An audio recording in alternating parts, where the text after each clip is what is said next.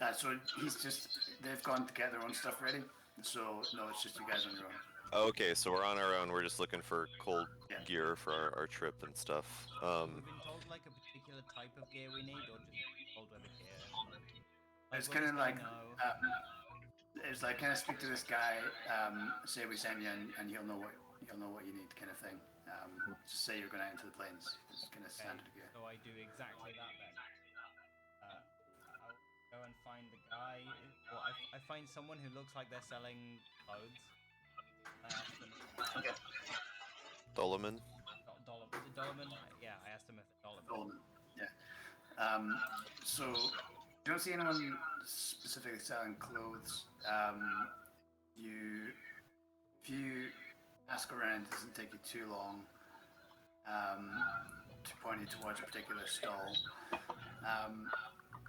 And behind it is actually a woman. It's kind of like middle-aged. She seems like kind of rushed off her feet, kind of trying to do 3 jobs at once. And if you approach, she kind of looks up, like forces a smile, says, "Hi, good morning. How can I help you? Anything I can get for you?" Are you Dollarman? Oh no. I'm Theodora. I'm his sister. Have you seen Dollarman? No, have you lost him? Yeah, I mean he's not been around much recently. Sorry, who are you? My name is Sorry. Seth and Ukraine find Solomon. We are searching for our cold weather gear to head off to the mines. Ice by plains. Yes, the mines. Yeah. There's an echo. Oh, is there? I don't hear it. Not for me. Oh, Yeah. I heard an echo when Natalie speaks. Like this. Do you hear it still? Yeah, I double. I see. I think I see. Okay. Oh, Roll it's because of 20. Roll20, yeah. Every single time we do this. Wait, I thought it was broken or Roll20. Or so, Probably not. like I've had a lot of difficulty because the mic. I didn't think the mic actually worked on the laptop. Well, it does evidently. Okay. I have him muted on Roll20, so. Yeah, disabled everything on there, I think. I'm gonna see if I can move it over, but you let me guys. Yes, I think that's a must about the setup. But you guys let me know if I suddenly drop out or something. That's great, thank you. That's cool. Can we not just mute everything ourselves? I muted it. You know, he fixed it. oh, he's back again.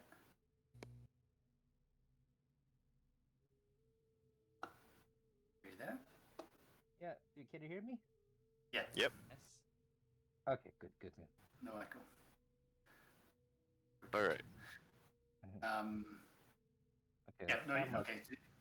You explain that you're trying to get some cold weather gear. She's like, sure. Yeah. That's something I can help you with. Let me just see what I've got. And she kind of rummages around. She kind of pulls out some stuff. So it's like these big kind of like fur kind of cloaks and hoods, like maybe like reindeer like hide boots, some stuff like that. Just kind of, and like boots that you pull on over your boots, kind of massive big things. And she's kind of like sizing you up, kind of roughly getting the right size. The stuff isn't like new. It's probably been like repaired and cleaned and stuff, but it's not brand new. And she'll say, that'll be for 3 of you, yeah? Yeah. Okay, that'll be 5 talents per set. Talons was the silver one, right? They have 191 talents. Talents. 9 jobs. Talents is the gold one. Yeah, talents is like the Well, yes, yeah, technically the silver. Yeah, you're right. The middle. It's the middle one. Okay, then I can just about afford it. Theodora, do you have anything new?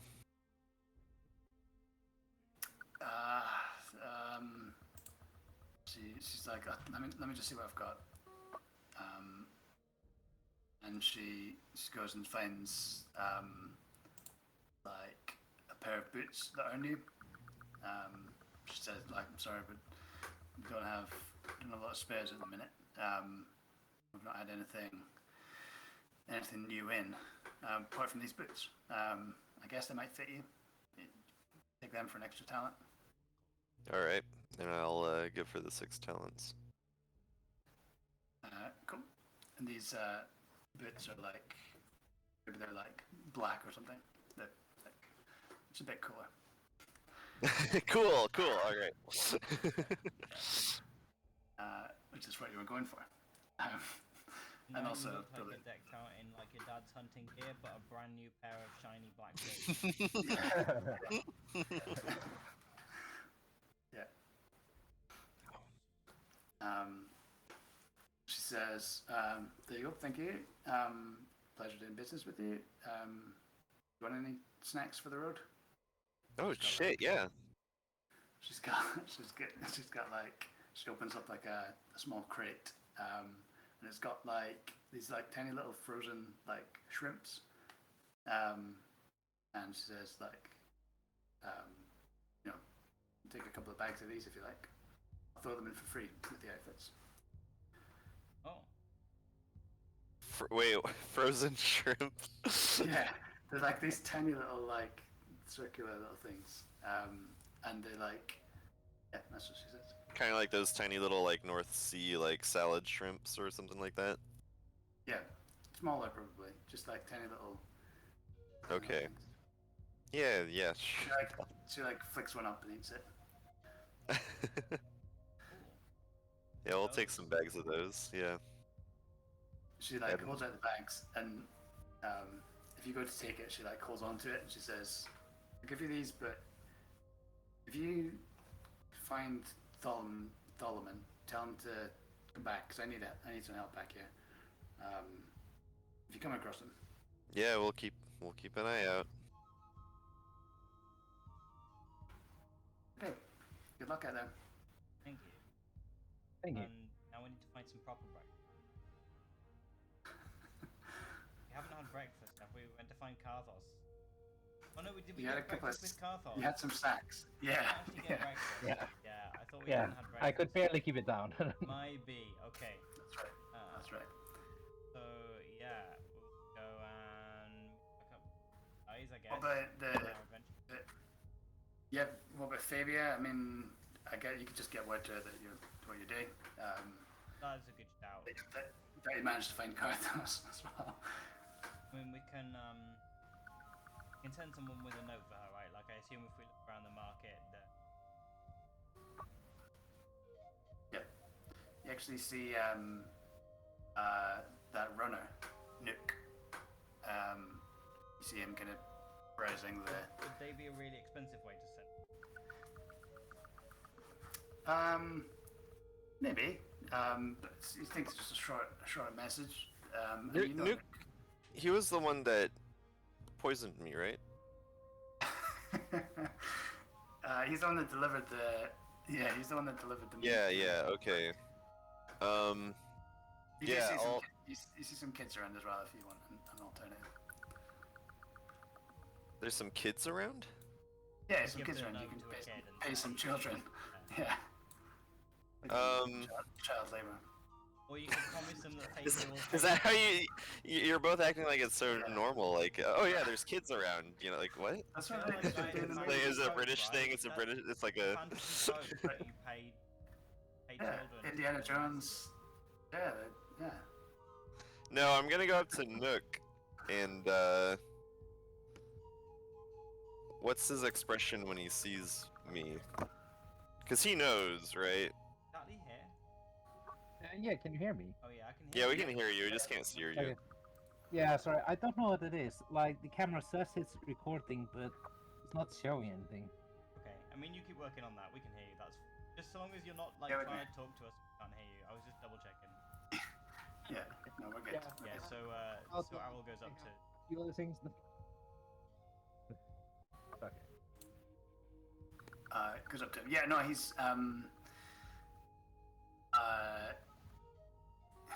what would he look like? He's he's not like shocked to see you there. He maybe wasn't expecting it. But he's not like, oh god, this is awkward, I need to get away. He's just like Okay. kind of like, because he knows it's like an awkward situation. He knows he's just about killed you.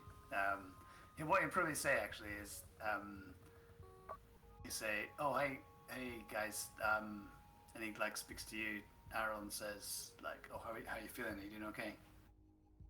Yeah. I just needed a good night's rest or something. But Yeah, it did. I'm It. really apologize for that. I mean, obviously I didn't do anything, but I just Oh, feel Nuke, it wasn't. I'm sure you feel bad about it, but you couldn't have known. I trust you. It did hurt a lot though. I was on death's door for sure. Hey, I was wondering, if you could do me a favor. I just need to send a quick message back to our hotel. Is there any chance you could help me out with that? Of course, yeah, anything, yeah. Where are you staying?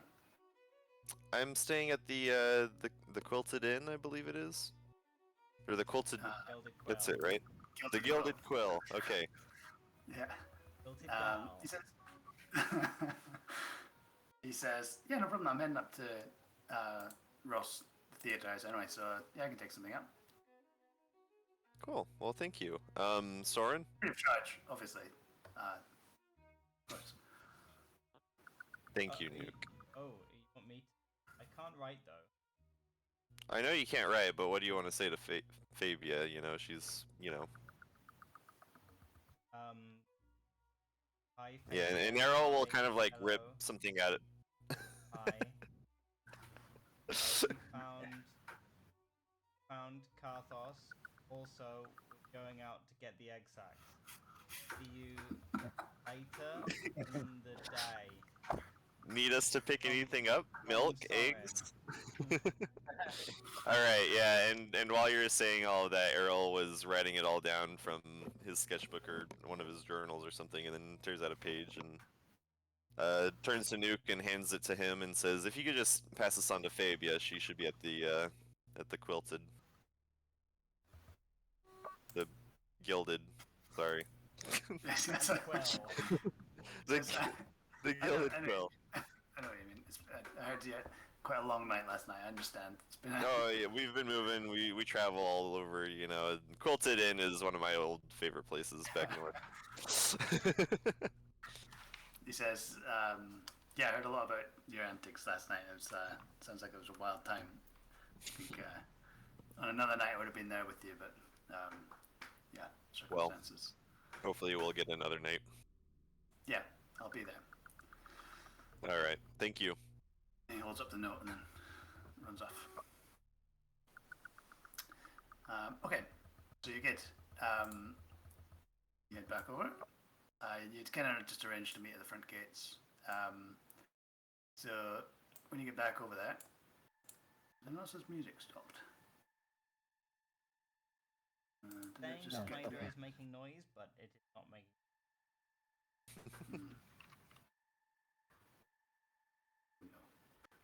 No song member provided. It's just played them all, I think. I'll just play them all again. I like how the icon for Hydra is a mouthless robot. That's kind of robot. Big T. But its purpose is to speak. Okay. Yeah, you come to the gates. So this is like the scene. These large kind of Ranger HQ buildings, huge stables, like stables that are way too big for horses. You don't see many horses either. You hear from one of them, you hear barking of dogs and smell of dogs. the gates themselves are pretty much intact, but some of the walls have been smashed. We talked before about how some of the stones from the walls have been really smashed out onto the plains when you saw it before. The gates have been opened up. A couple of guards there. There's maybe half a dozen guardsmen in Kala uniforms with kind of like halberds, shields, and kind of like their own kind of version of cold weather gear, kind of like dyed blue maybe furs or something like that. And Inmu cranes there, kind of very kind of worn, thick, like maybe like waxy, like wax coated kind of outfit on. And Kisef is there, the old kind of retired ranger, and he's there. He's actually standing next to this large dog, kind of like husky type dog. It's actually huge. So the dog, like as the dog's sitting down, Kisef only kind of coming up to. He's just only a little bit taller than the dog. Oh my gosh. He's only like he's just under 5 feet, I think. So. Oh, is he a gnome or something? No, he's human. As far as you can tell, but he's just a little old guy. Okay.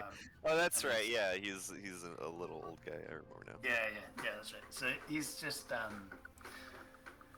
he's kind of just speaking to his dog. The dog looks like he's seen a few years as well. It's kind of patchy fur and just kind of stiff whenever it moves, and just kind of like they're just kind of speaking. But one of the guards, as you approach, kind of comes up. Presuming you've like had a chance to change into your gear and stuff. Yeah. You can maybe do that. And then. Curious question. Isn't the same dog that we met last session, right? All right, or No, because that was We met Fakio's bunny rabbit. Frecio, yeah. Freecio's like a rabbit fox mix. Yeah. oh yeah, right. Oh wait. Oh, Yeah. You've got them mixed up, I think. Yeah, sorry. Yeah, no, Wait, Freecio's the surviving ranger. Jeremy's the pet.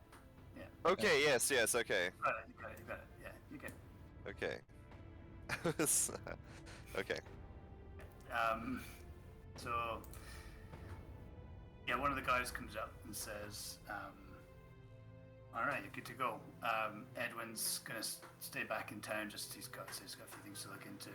There's lots going on at the minute. So we're going to accompany you, and Kisef and Mr. Crane, out to the spot where Frecio was described, where the rangers went missing. You all ready to go? Yeah, I think so.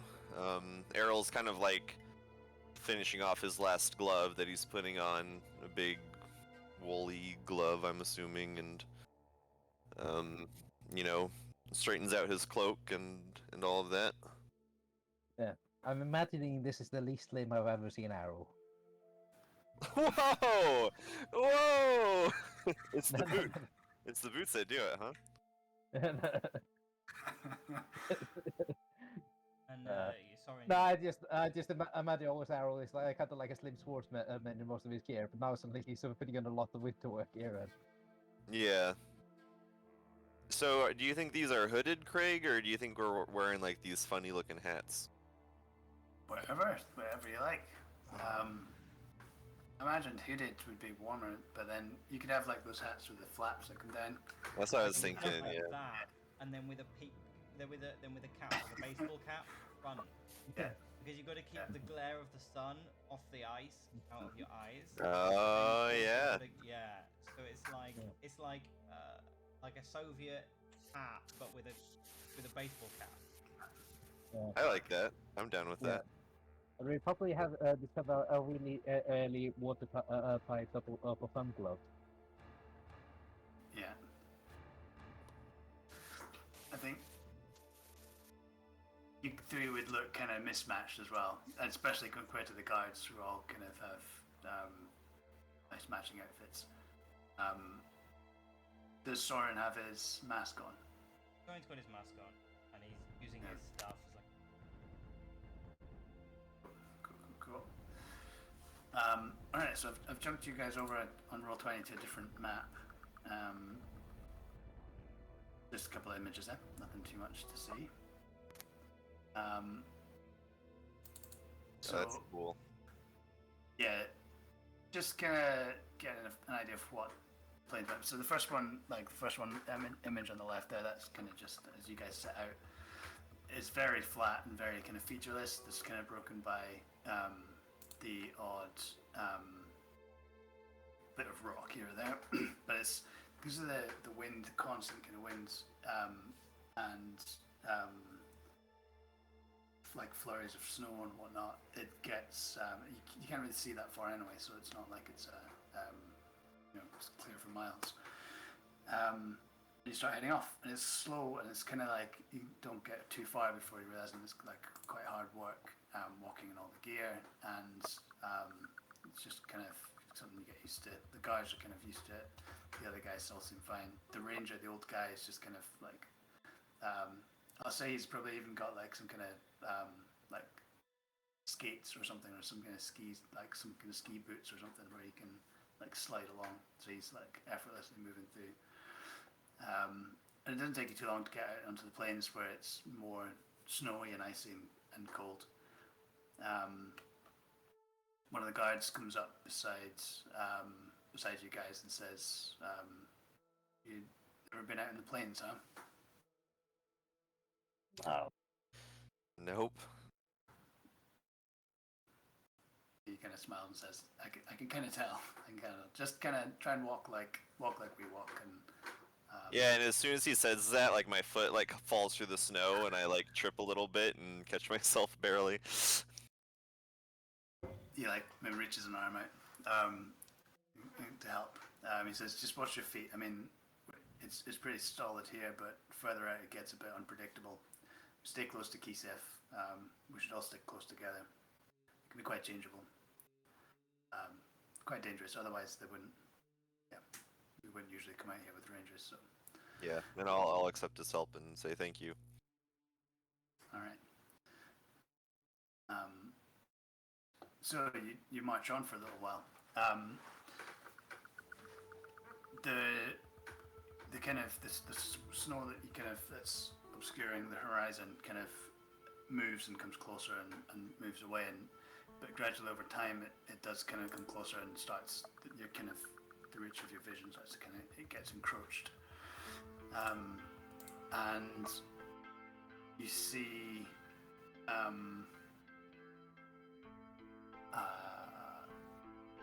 kind of like through the I guess you call it like fog or whatever now, but like through the obscured kind of snow, you see like off to the side as you're kind of going past this like tall kind of shape, and like if you didn't know any better, you would think it looks like a building, like a tall like temple or church or something. And as you're kind of watching, there's like a bigger gust of wind, and the thing just kind of collapses into the snow. The kind of dark shape shadow just kind of fades away. You see one of the guards kind of like looking, but kind of doesn't say anything, carries on. What? He said, "Did you see that? Did you see that? That shape?" What's this one? I was hoping that was normal out here. Well, like one of the other guards comes over and is like, "Well, yeah, we've heard some stories of things recently, but certainly not normal. Just keep your eyes peeled. Just keep watching." Okay.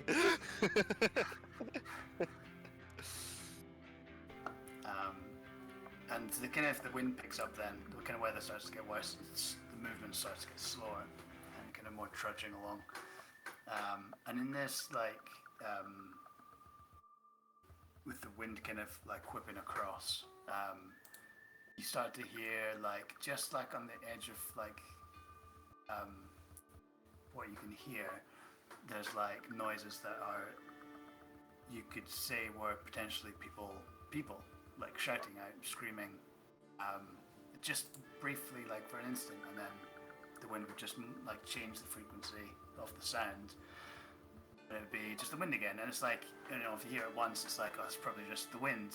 But it kind of like creeps up in frequency, and you hear like more kind of disconcerting noises.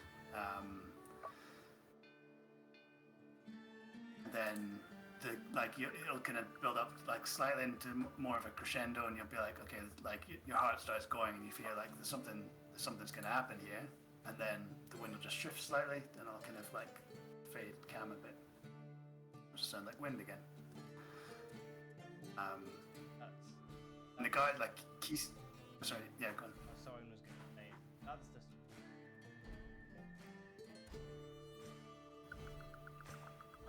What are you talking about? Can't hear it. No, and then as Errol like listens a little bit closely, it kind of picks up again, and he hears it, and he's like, "It sounds like people screaming." Yeah. Happens all the time. I have.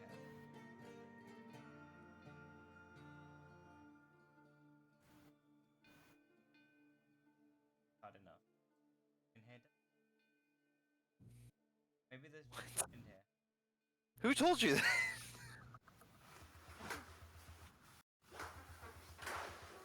Is this a normal thing? And Errol like looks to like key stuff.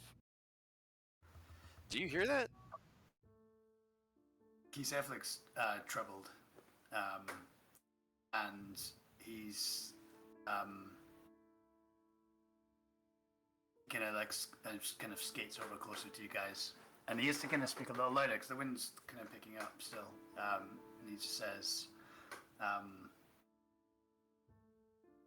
there's so much pain, so much death. Who can say what happens to a place? We should stick together. We should stay close."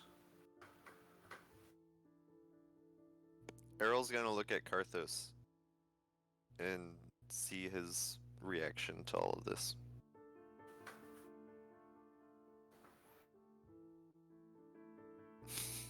Oh god, I hope he's still there. The other side. Atlee?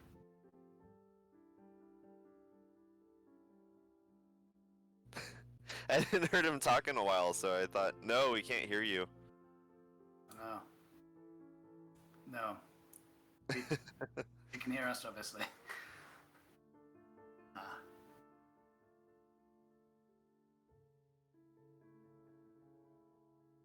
Okay. Yes, I can hear the Yes. shrimp. Thinks. Oh. Yeah. There's something vaguely. Again.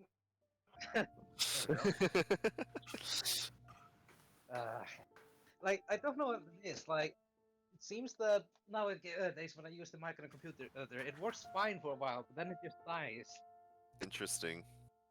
Oh well. Yeah, not sure what's causing it. But sorry, yeah, I think Karthos would be looking up into the distance, a bit offended by the noise, but not sure what he should be saying. When he notices you looking at him, he would go,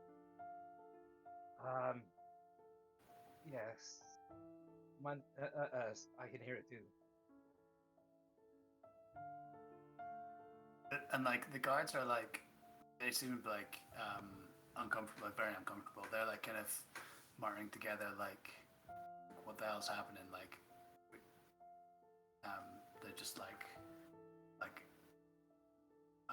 sure, seems like something that should be in my head. Why are we all seeing this? This is what's going on.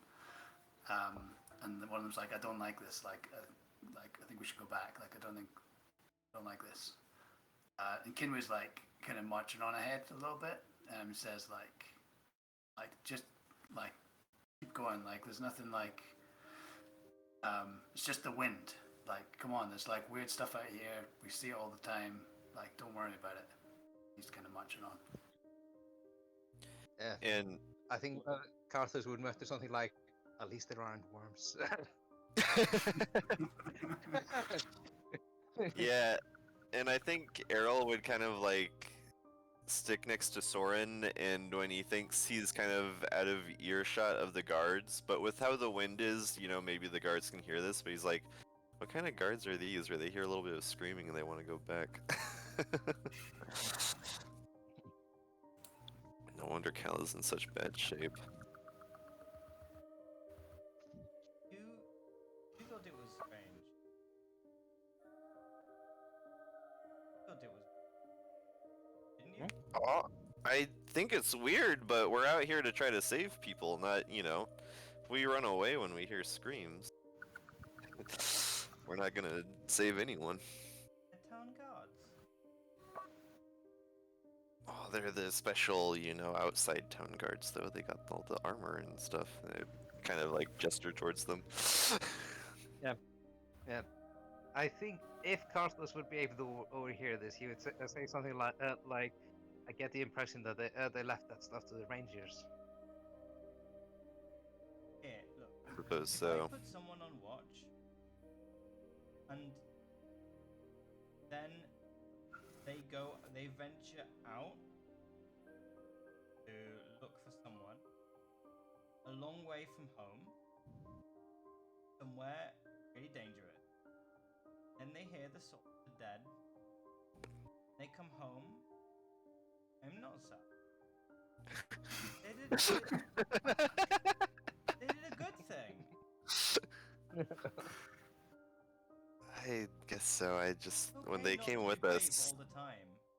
Yeah, but like I thought they were supposed to be escorting us, but I feel like we're gonna be escorting them. We knew that. Alright. I think we knew What it point would in our coming?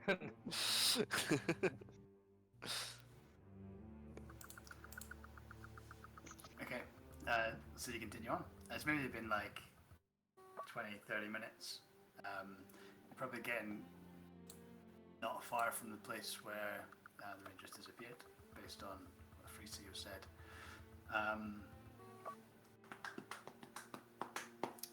What else do you see? 2 seconds.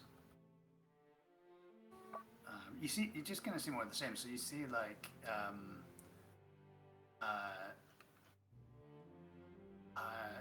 more kind of shadows, as if when you saw that building off to the side before, the next time you see like a series of shadows that look like they could be structures, and that, like, again, on another time, in another place, you might think that you're in a really like foggy town center, you know, with all these kind of different things around you, and like settlements kind of here and then, and just like it just kind of, just when you think you're gonna push through the snow a little further and you're gonna see something and you're gonna touch something solid, it just kind of dissipates and falls away again. And there's always this sound like of the screams and the shouts, just kind of rising and falling, just like barely at the edge of hearing, like sometimes off to the side, sometimes behind you, but they're always kind of just on the wind and kind of gets taken by the wind as it turns. So it's going on for a while. Eventually the fog gets kind of, the mist kind of gets kind of thicker and thicker, and you start to like realize like Kindra's getting quite far ahead, like you can struggling to see him. Freesio's like in between you guys, the guards, and him. And at that point, the kind of the noises kind of reach up to a crescendo, and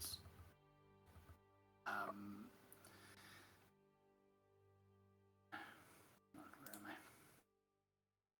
Here we go. Oh no, I'm sorry. 2 seconds. Yeah. Okay. So yeah. So it sounds like, I mean, that you'd been hearing screams and calls and cries, and you hear it kind of almost more clearly now for the first time. It's like these are cries for help, and you hear like off to the side you hear this massive splash, and you kind of like, if you look over there, there's nothing there. It's just like the wind and the snow and the ice, and and you hear the clash of like steel on steel, and you hear the sound of people dying, and you hear like this just noise of battle kind of picking up, and it starts off like pockets here and there, and it kind of the wind keeps kind of whirling it around, and it ends up completely surrounding where you are.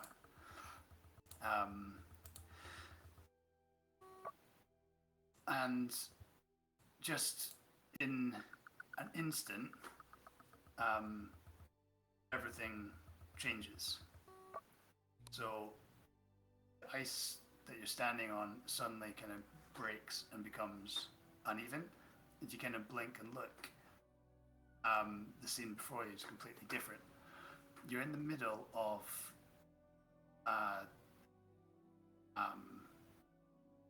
intense kind of this crazy battle. Really, there's chaos all around. There's as much water as there is ice in this place. There's kind of floating kind of patches of ice, and you're on one of them. You can still see the three of you, and the guards are there. And there's water, but there's also hundreds of other people all around. The mist is kind of cleared slightly so that you can see, and there's these soldiers, and they're wearing Kala uniforms, and you can see straight away that these are the uniforms worn by the actors in the performance that you saw, and you see soldiers that are kind of clawing their way out of the water. You see them like whole squads in full retreat running away, and you see what is what they're trying to get away from. You see other soldiers also wearing Kala blue, also pulling themselves from the water, but they are watching with dead eyes and reaching with dead arms, and they're pulling the living back into the water. You see a boat kind of floats along nearby, and it's got maybe a dozen orcs on it, and they're kind of slashing at these soldiers in the water that are trying to climb up onto the boat or get onto the ice, and they're just kind of pushing through this chaos, just slaughtering soldiers as they go.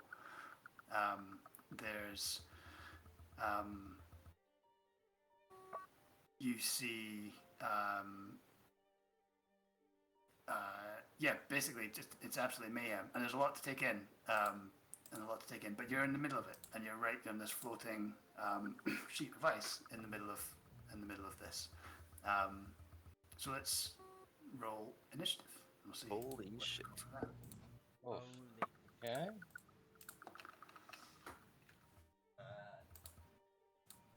Guys, ready? Done. So I'm used to fighting. roll. Okay, so that's 1d20 plus 1. Okay, so I'll get a total of 4. That's good. Oh wow, you got a 4? Well, I got a 3. I got a solid 9. A 19. Okay. All right. Let's see what we've got here. Okay. He's did okay. So, Soren, you're up first.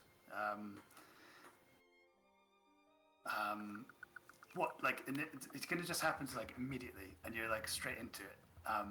What on earth would you do in this situation? I go, hello? Like it's like there's a lot of noise. Obviously, there's like a lot. There's the sound of people dying. There's the sound of people like screaming to like save themselves, trying to get out of this this situation. You see a couple of heads turn, like soldiers turn towards you, like reaching for you, like saying like, "Oh, like pull me out, like you gotta get me out," and then like they'll be trying to claw themselves onto the ice patch that you're on. Holy shit. You also see kind of like zombies that are like looking like noticing you're there for the first time.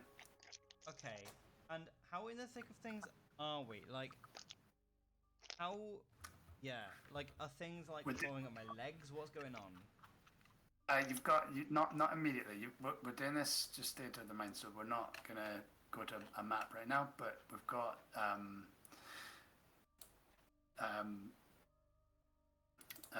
I'm trying to say, you're not immediately under pressure. You're not, engaged by anyone, but a lot around you. Okay. Okay. Um.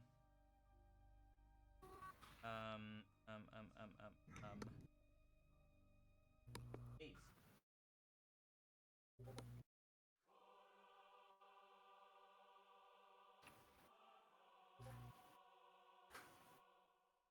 Sorry, I was not ready for this fight. That's okay. It's okay. Maybe I should It's okay. choose an action really quickly because that's what Sorin would have to do. Yeah, exactly. Like this, like you feel something land on the ice behind you, and it kind of rocks the shelf that you're on, and you kind of realize that this floating bit of ice is floating now. It's completely disconnected, and something big has just landed, kind of somewhere in the mist behind you that you can't see, and kind of rock the whole thing. How much mist is that? A fair amount. It's weird because it's not kind of even. It's like seems to be patchy and like and strange, but like immediately around you, not too bad. But like, you don't have to go far before you find some. And there's obviously people in in danger, in dire need of help that are kind of obscured by mist that you can't really see and get to. Okay. I think I'm gonna use create or destroy water to create fog in a 30-foot cube. Oh, hell yeah. Oh, nice. So, I didn't realize that spell actually had use. So now we can. Well, I have it prepared for some god unknown reason, and it's Yeah. actually useful here. So I'm going to destroy the fog because it has. Yeah. Apparently, the water has to be in a container to destroy. So there's no container where it's sea. But I can clear the fog. Yeah, you can get rid of So I it. cleared Fine. a lot of fog. Yeah. Clear to the No, map. that's great, and it just kind of it reveals more madness, more chaos, more like more of the mayhem, and And I'm kind of- specifically looking for Eseth. okay, make a perception check. Oh, not good. Perception 9. 9. Not immediately, no. Natural You 2. you think he's okay. No, you don't immediately see him. You do see he was wearing like ranger outfit, the outfits that the rangers wear, and you do see an outfit that matches that somewhere out there. Just for a brief moment, it's not too far away. It's actually in the space that you cleared the fog over there. But it's not Kisev. It's like a taller, kind of lean, tall guy, and he seems to be like fighting back some of these Kala guards that have turned into zombies. Is that your turn? And I can't really do anything else. I'm going to step forward in the direction that I remember. Do I see Freesia? I can't do a perception check, but like see. Freester's not with you. She didn't come. It was Kisef and Kinwu Crane and the 6 guards. Oh, do I see Kinwu? No. So I You take, see the six guards are still with you, like kind of. I take They're a few like steps in the direction that I remember Seth being, but I'm not like not a long way, just steps in that. okay. Sure. Okay. Fine. You see, like in that direction, you'll get to water before you get to him. But that's okay. Because there's other ice, and the ice is moving quite a lot, so kind of things can change. Cartho's next. So Cartho's, as this happens, you see one of the guards. Something reaches out of the water and kind of grabs onto on the bottom of his leg and kind of pulls him over. And the other guards are trying to help him up. But what do you do? Can I try to strike at the thing that's trying to pull the guard under? Like the Yeah, Elder sure, go. Blast. Yeah. Sorry? Yeah, go for it. Yeah. Okay. Okay. just find the stats. Okay, that's the roll plus 7. Oh, that's so that's 10. 10 to hit. Is that 10 to 10 hit. to Yeah, I hit? guess or is that's that- not yeah, enough. that's not enough. No. Okay, second beam. Less 9. Wow, what's happening with these rolls? Yeah. Okay, that's okay. So yeah, no, it's fine. I mean, it must just sear into the ice, and it kind of probably sears a hole right into the thick sheet of ice. But the kind of zombie seems unaffected by the 2 bolts. Yeah. Anything else? I'm gonna take a few steps towards Visora in this setting. Okay, sticking together. Good plan. Yeah. All right. And then, because the bad guys rolled a 1, it's over to Errol on initiative count 3. All right. Errol is going to summon his great axe. So he kind of droops his arms down towards the ground, and that dark inkiness comes from his hands a little bit, and it forms this great axe. And I found an image of like my inspiration of what I think of when I think of my great axe. It's a video game screenshot, but you'll kind of get the idea. So it's kind of like this massive, like 2-sided battle axe with this eyeball in the middle. Nice. But the eyeball is that Oh, dark nice. blue. That the warlocks are kind of known for. And he Weird, does yeah. that. And usually this axe looks way too bulky for Errol's kind of slender, frame. But with all of his hood and cloak and everything, it actually fits him quite well. He's wearing such bulky armor and all of that it actually, it looks very comfortable in his hands, in his big mitted, paws, and he'll look around kind of in a panic. And then does he see any non-undead guards trying to get up onto the ice float?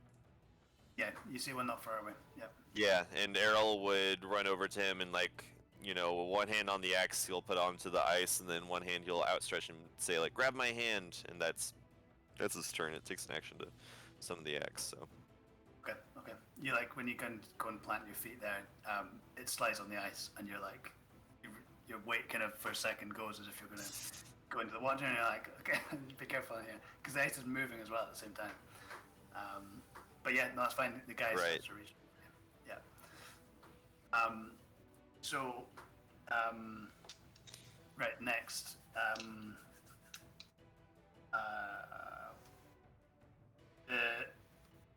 The guards kind of start to they managed to pull their friend up, who had been pulled down. They kind of pull him back, and he kind of just stays on the ground, trying to recover. But they managed to poke with their kind of halberds to get the hand away. But there seems to just be, whenever you turn around, there's more of these zombies coming, and so it doesn't take long before there's a couple of them at you, Errol. And what they actually do is the kind of 2 of them. These are like soldiers. They're wearing the soldiers. They're wearing the soldiers' uniform. But they're just, when you see their face, you can tell that there's nothing left. There's nothing left there. They kind of. It's not like they've been dead for a long time. From the story that as soon as these soldiers were dying, they were being raised back up somehow, and so it's not like they're undead, flesh hanging off kind of thing. But you can just tell from their eyes that these are not soldiers anymore. And so these 2 kind of they rush up, and they kind of just try to tackle you. And so we'll just do a contested strength. Okay. Battle.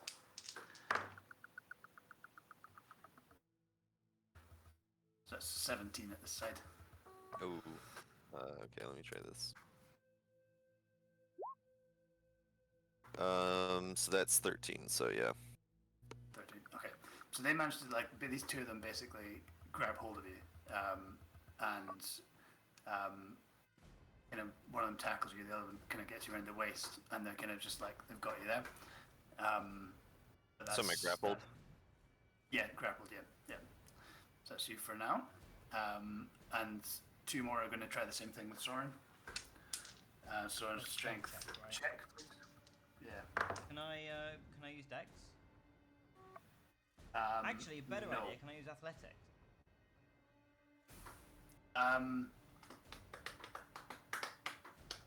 Yeah, I'll say yes. Yeah. Would that have affected that's you? 19 then.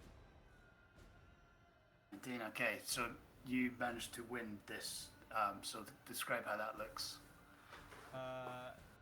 Soren's just like, he's taking these few paces forward and two zombies trying to lunge at him, and he basically just sort of sprints past them or puts on a surge of pace, bashes them. Yeah, one of them just topples, head over foot into the water, and the other kind of skids on the ice and gets up, and then there's you turn around and that guy is now accompanied by two more, and there's three there suddenly. Nothing on you yet, Karthos, but make a perception check, I'll say, for you. Okay. 1d20 plus.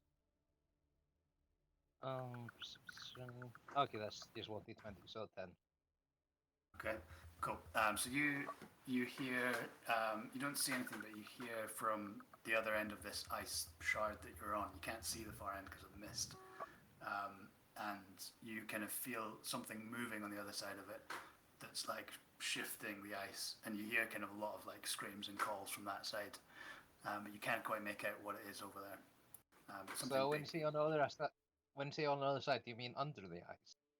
No, on the, so imagine just a big ice floating shard of ice. You guys are at one end, and at this other mist shrouded end is something that's kind of wobbling it. Okay. Yeah. Okay. All right. So the guards they managed to lash out, and they kind of knock a couple of the zombies into the water, and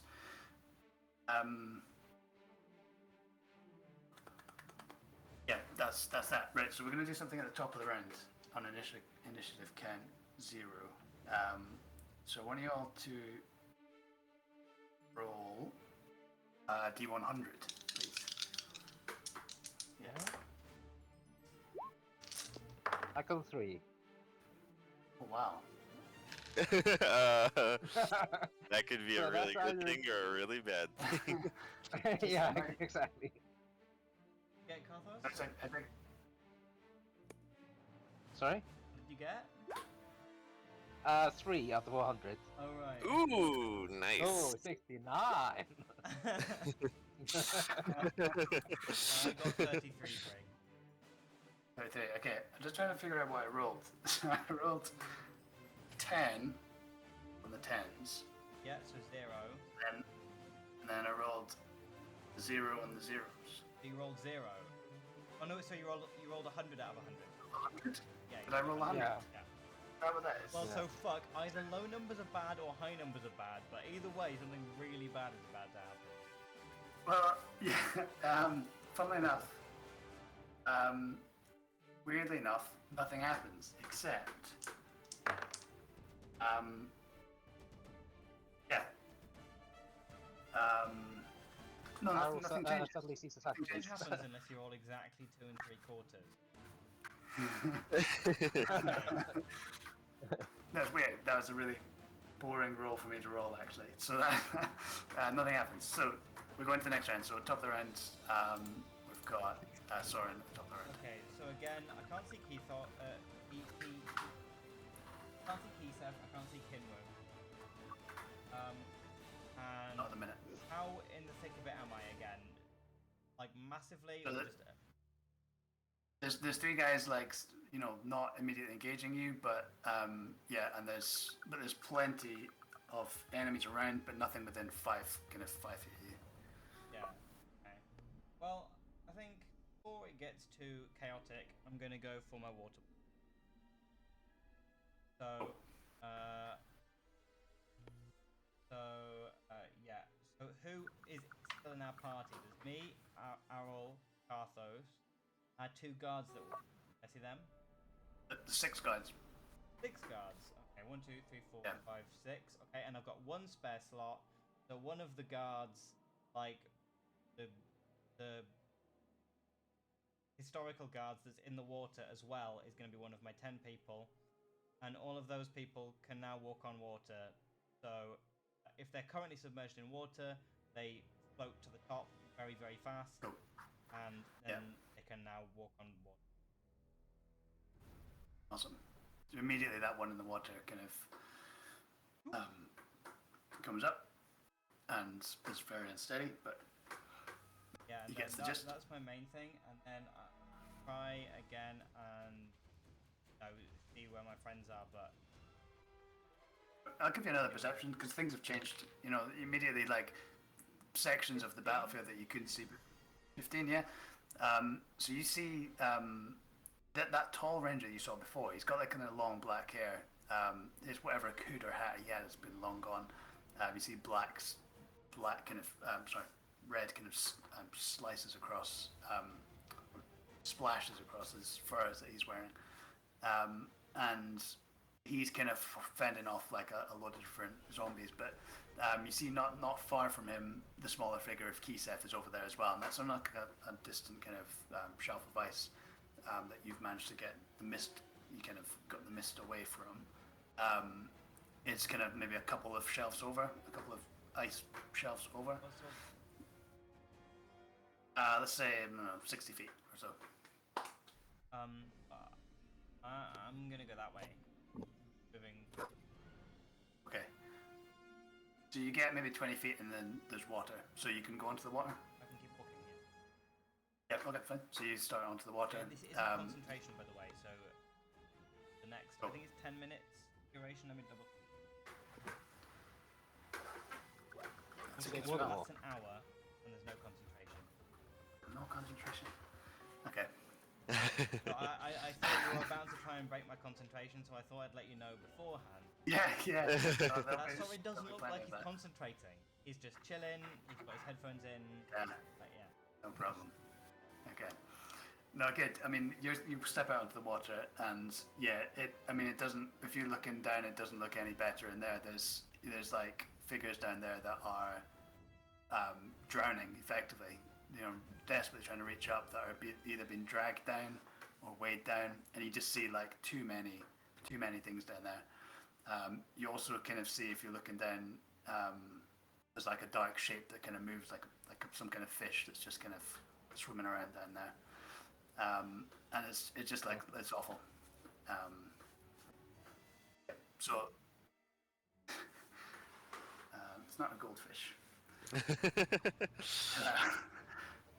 And it's like really long. So yeah, fish. Yeah, I say fish, but I can always speak to animals. I can talk to fish. every session. Oh, go on. Somebody else's go. No, so that's you. Yeah. So we are on to Karthos next. There are still 2 zombies on Arrow, right? That's right. There's 2 zombies clinging onto Errol. They look like they're trying to drag him into the water. Okay, I'm gonna do 1 beam on each. Okay. I think the first one hits. The second one might also hit. Yes. No, they both hit. Yeah. Nice. Both damage. Okay, so that's 1d12. So that is, yeah, that is 6 damage on the first one and 12 damage on the other one. And I think that also the ability you talked about kicks in. It does. Yeah. Yeah, just target the second zombie and get. So there is plenty other things nearby for that one to hit. So what does that look like? I'm imagining like as the two beams going to eat zombies on our side, you know, go directly into zombies. There seems to be some sort of energy bouncing off between those two, getting stronger and stronger as it travels through before shoving itself into the second zombie. Perfect. So this like third bolt like lances out from the other two, and just we'll just say that one like strikes like a zombie that was trying to climb itself out of the water, and just kind of blasts it back. Okay. Perfect. All right. That comes to Errol's turn, and you've got these two guys still on you. They look like they've like been singed, like blasted open by Carthos's attacks, but they're still clinging onto you. Kind of like they're like trying to pull you into the water nearby. Yeah, and Errol's going to like briefly close his eyes and telepathically send a message to Carthos saying, "Thank you." And then he'll open them again and he'll say, "Grab my hand," to the guard that he's, you know, trying to get out of the water. He's just gonna ignore the zombies that are on him. Okay. Perfect. So yeah, we'll say he reaches up. Give me a strength check or athletics check or something to try and pull the guy out if that's what you're trying to do.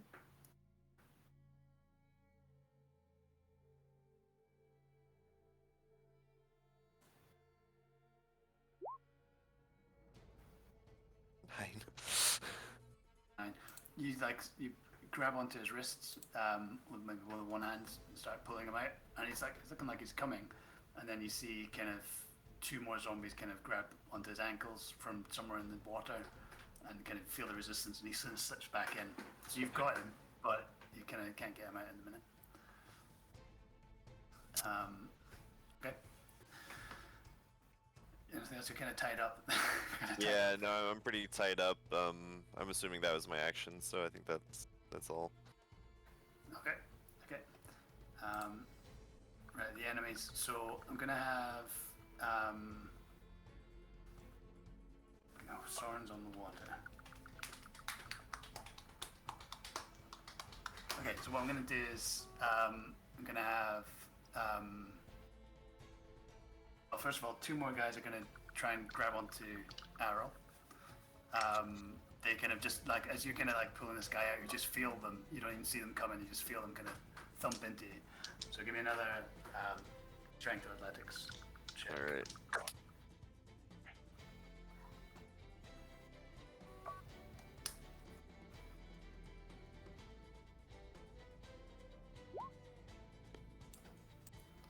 Oh, 11. So yeah, no, they managed to grab hold of you. So you're still grappled. Nothing really changes too much, but now there's four of them. Kind of one of them like, one of them's like got no like bottom half, and he's just kind of like clinging onto your legs. And the other one runs and leaps, and is kind of like on your shoulders, like his face right next to yours. And you're still kind of holding on to this guard, trying to pull him out. Axe kind of sticking out the other side, so like yeah, somehow managing to hold on. And then from the Is it Kraken?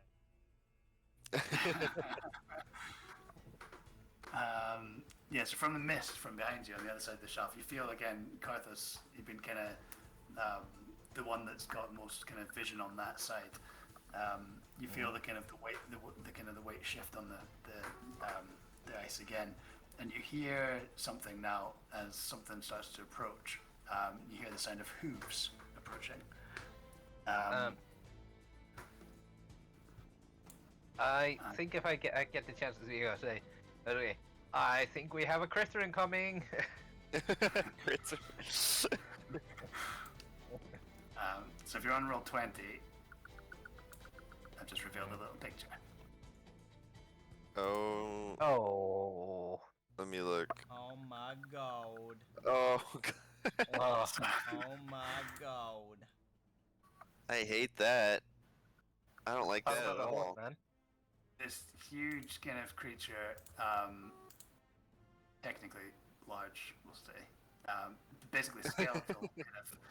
It's kind of, I say skeletal horse, but it's like this kind of horse, and it's got this humanoid figure that's got no legs, and it's kind of fused onto its back, and it's got no skin, and like there's no. It's kind of just like this muscle and sinew that you can see over the horse and the rider, and it's all kind of like blue and grey and like frostbitten, like dark, and the rider, if you call him that, is carrying like this long pike, basically like this like 10-foot long spike, and he's charging straight at Karthos. Of course he is. So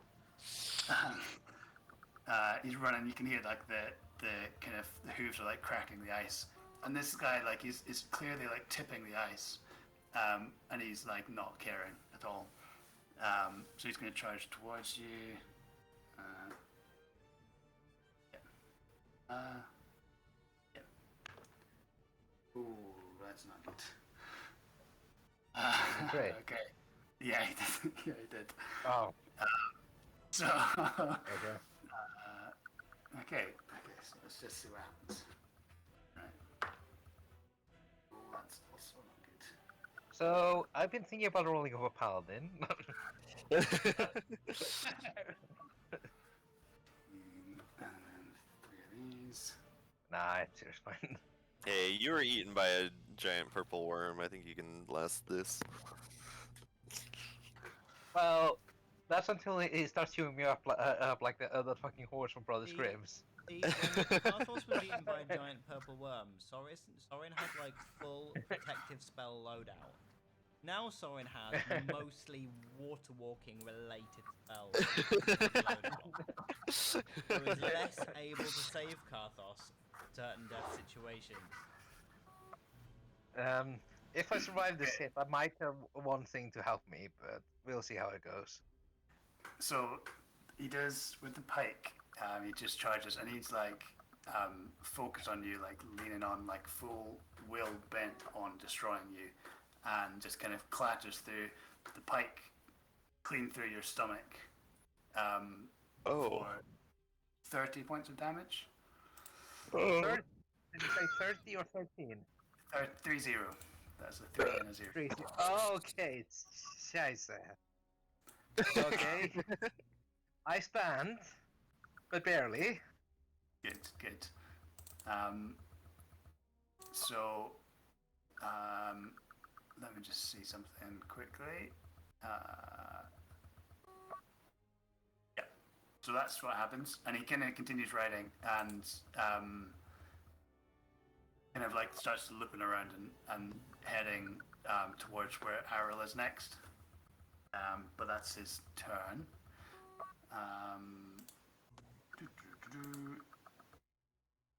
So that's what happens, and now we're at the top of the turn. So give me another D100. See if something fun happens this time. I got Okay. 1. Okay, hang on, let me figure out what I got first, so then I can just figure it out. So this time I got double zeros, which is 0, and then I got 3, so I got 3, right? 3 total. Okay. So what did you get? 51. Okay. 63. I got 25. 5. And what was yours, Atlee?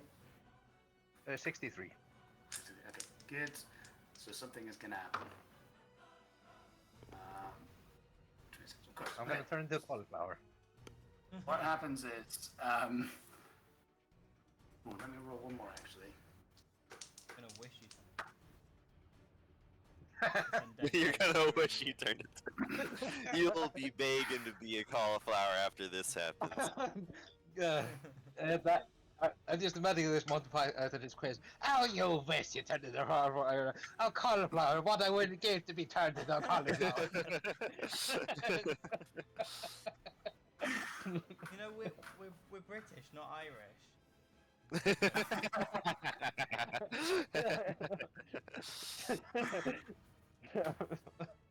Sorry. So that's okay. What happens is there's another kind of burst or gust of wind kind of blows across and brings the mist with it. And the sounds and the sights of the battle kind of fade back and get carried away by the winds. And the next time you look, you are standing on top of the ice again on a clear plain. It's still misty all around, and you can still hear the faint sounds of the battle, but you are back on solid ice again. Are the zombies all gone? The guards, there's no zombies. The guards are still there. Can I see a puddle? The three of you are there. Only from your wet clothes if you've been in the water, but you guys haven't really been in the water, so brilliant. no. Oh, okay. I melt some ice in front of me by like breathing on it, and then I try and stand on it. Okay. Yeah, you just step into the water. Yeah. Or I mean, Well, oh, you mean in for your walking on water? Well, yeah, like I had water walk for an hour. Yeah. I want to know if I still stand on water. You think you do? You think you do? Looking at it. Yeah. Okay, this is weird. We're still in the same hour. We didn't go back in time or something. Give me a Arrow- perception check. Did we maybe planar shift? 19. Let's see. That's enough. Errol freaks out as this guy that he was Sorry. holding on One time. to, like, disappears before his very eyes, and he stands up, and he's like, ah! And he, like, kind of brushes off, like, his back and, like, stuff, and he looks around him, and he's like, what the hell happened? I think Carlos is still kind of doubled over, trying to, you know, hold the hand over something. It looks like, where is he? Does Carthos still look really bad? Yeah, really bad, really bad. Okay. We're still in initiative. So Oh, okay. yeah, I'd say your perception check. You saw. It's okay. I mean, you saw Kisef. He was about 60 feet away, or 40 feet away, whatever, 30 feet away. So in same relative position, and he kind of like he's similarly kind of like holding out his staff, kind of looking around, like what the fuck's just going on. The guards as well. They're like falling about themselves, like ready to fight you guys, thinking you're more enemies, and then they're like, what the fuck? Okay.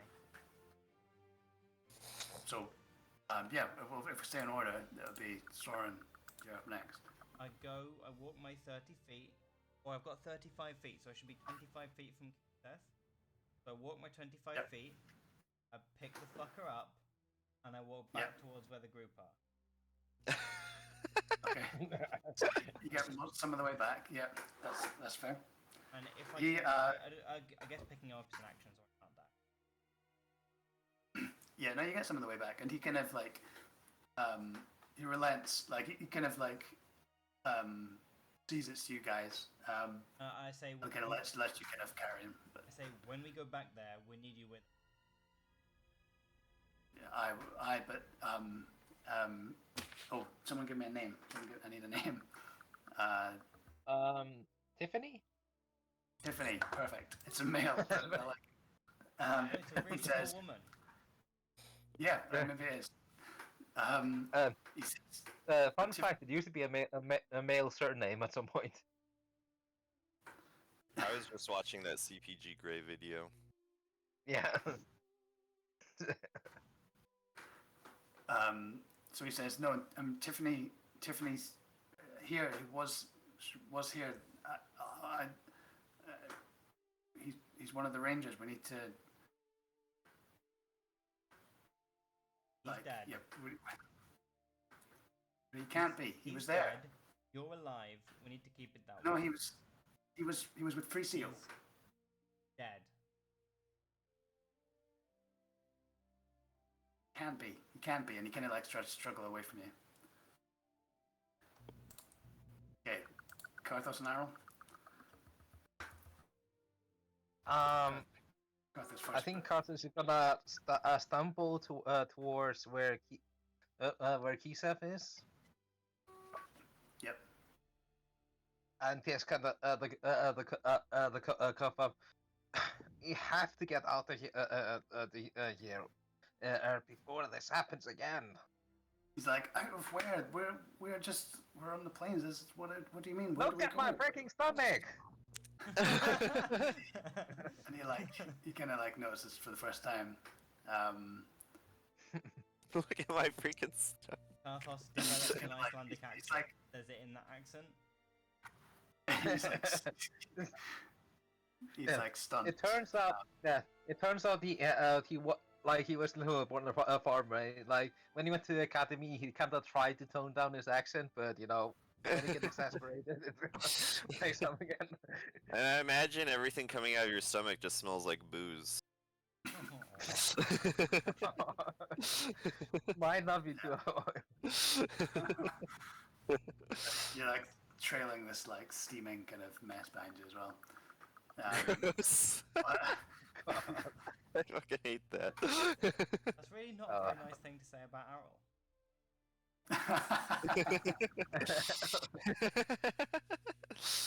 Damn. Yeah.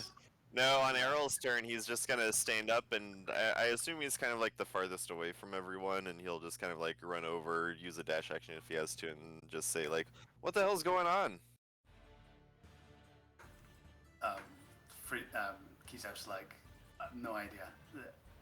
He's like, he's like looking around, trying to see if there's anyone else. The guards are there; they kind of come closer as well. And hearing the screams in the air still, Errol's gonna cast Mage Armor on himself. Okay.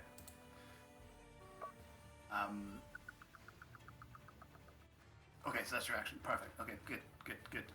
What Kisev does on his turn, he will kind of shrug himself free from you, Soren, if you'll let him, and he says, "I'm going to help you. I'm going to help your friend. I'm going to help your friend. I can stand on my own." And he kind of like tries to stand up. My friend?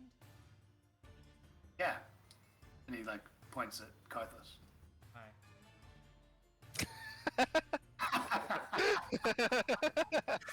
So hurtful. I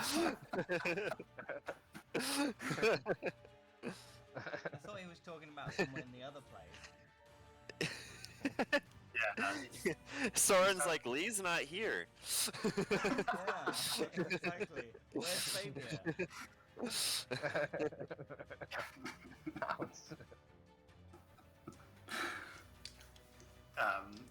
So he kind of gets and he pulls around the staff and kind of twirls it around and points it and just kind of lightly touches Karthos' stomach. You'll get 13 hit points back. He casts a spell on you, and just kind of feel it. You feel it kind of like sealing up a little, and he kind of like turns away again immediately and just kind of looks around like. Now we're at the top of the round, so let's roll again. See what happens. 7.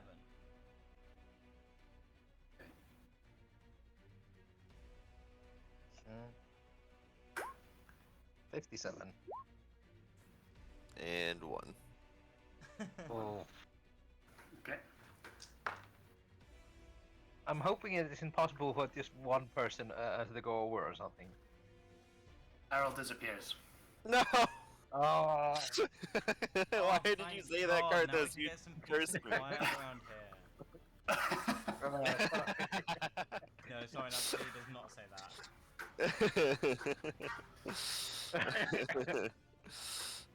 Harold disappears, and Harold, from your point of view, the ice disappears, and you drop like a foot. You're standing on water, and all around you, the mayhem is back again. It's like some kind of nightmare, and you like look around, like, and nobody else is there.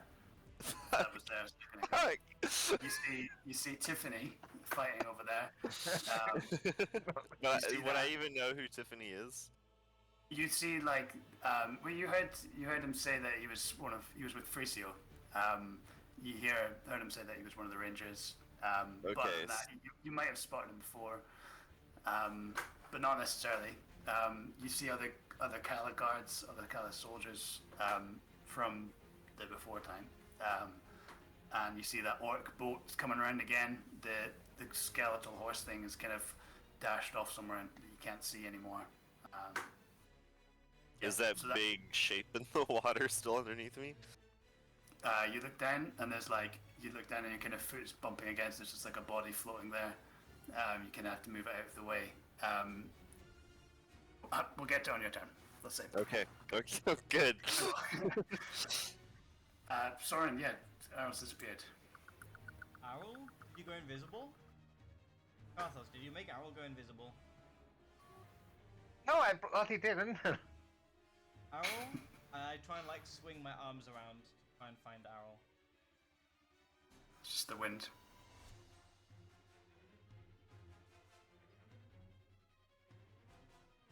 Right. Arrol, no. Arrol, we have to go.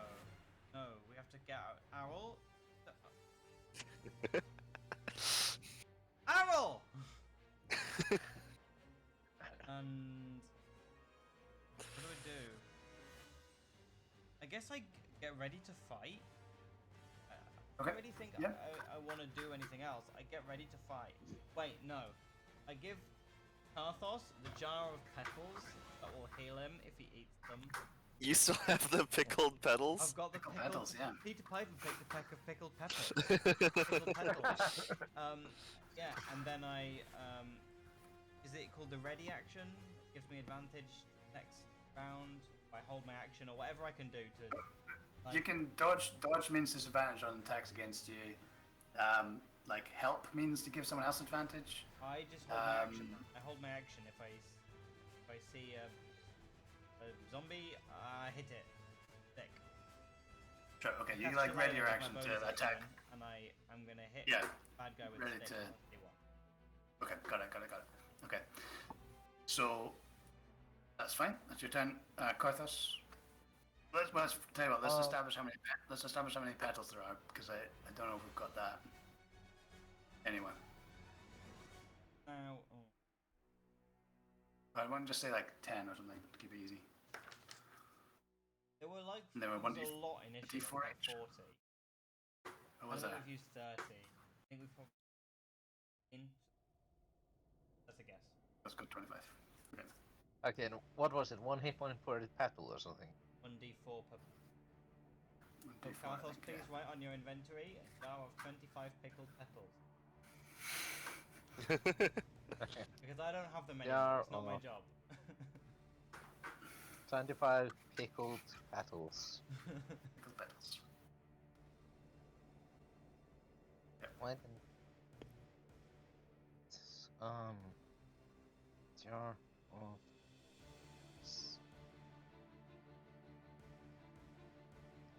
Hold on a moment. For some reason, it's not registering it when I type in jar of...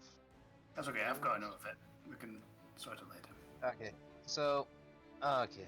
I'm gonna eat 1 petal, and can I also do Arcana check to know if I have any idea what the hell is going on? So yeah, we lost you there, but I think you were saying you eat a Yeah, petal 3 hit and then points. you get. You want to do some kind of check to see what's going on? I don't know if Yeah, Arcana check. as many petals as you want with bonus action, but if you eat too many, you might like hallucinate.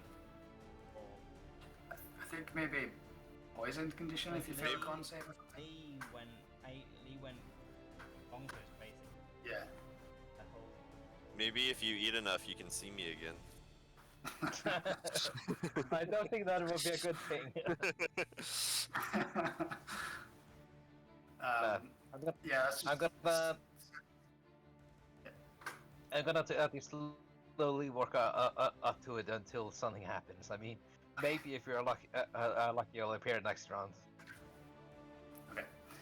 So you take a But, petal. So yeah, go can I Arcana, do- yeah, go Arcana, yeah.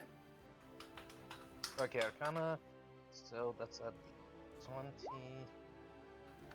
Oh, 14. Plus 6, I think. Nice. Yes, 6. So modified 20. Okay, good roll. So out of character, I'll tell you what is happening with D100s is that I'm rolling a number, everyone else is rolling a number.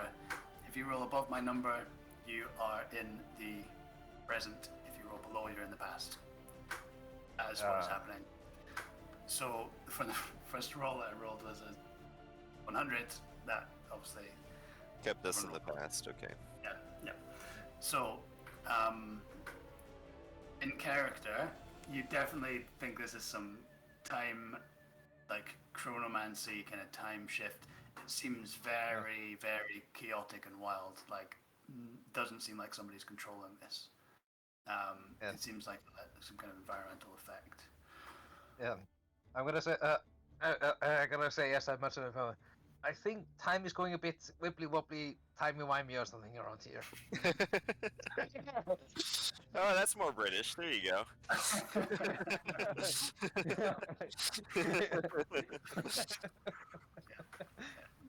good. That's good. But no, definitely that. What else can I give you? I'll tell you what. I will give you, because you rolled so well, I'll give you advantage on your D100 roll, and you can pick whichever roll you get. Okay, so if I want to go over, I can pick the higher roll, Yeah. but if not, Yeah. But depending on what you roll, depending on what I roll. So we'll see what happens. yeah. But okay. But no, maybe I'm not saying time. The time is broken here. Here we are being sent back to the past and to the present. Kisef is stunned, like, how is this happening? How is this happening? We have to do something, and he just kind of keeps turning around, spinning around. Don't At a die. loss. Barthos figured out what to do. Let's roll D100s. Oh no, wait, Arrow's turn yet. So back in the past. Give me a perception check to see what you see under the water. Okay.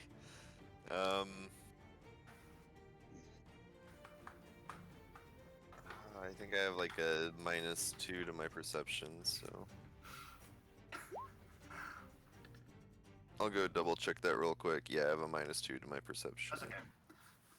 It's good enough. You don't see any more dark shapes under the water.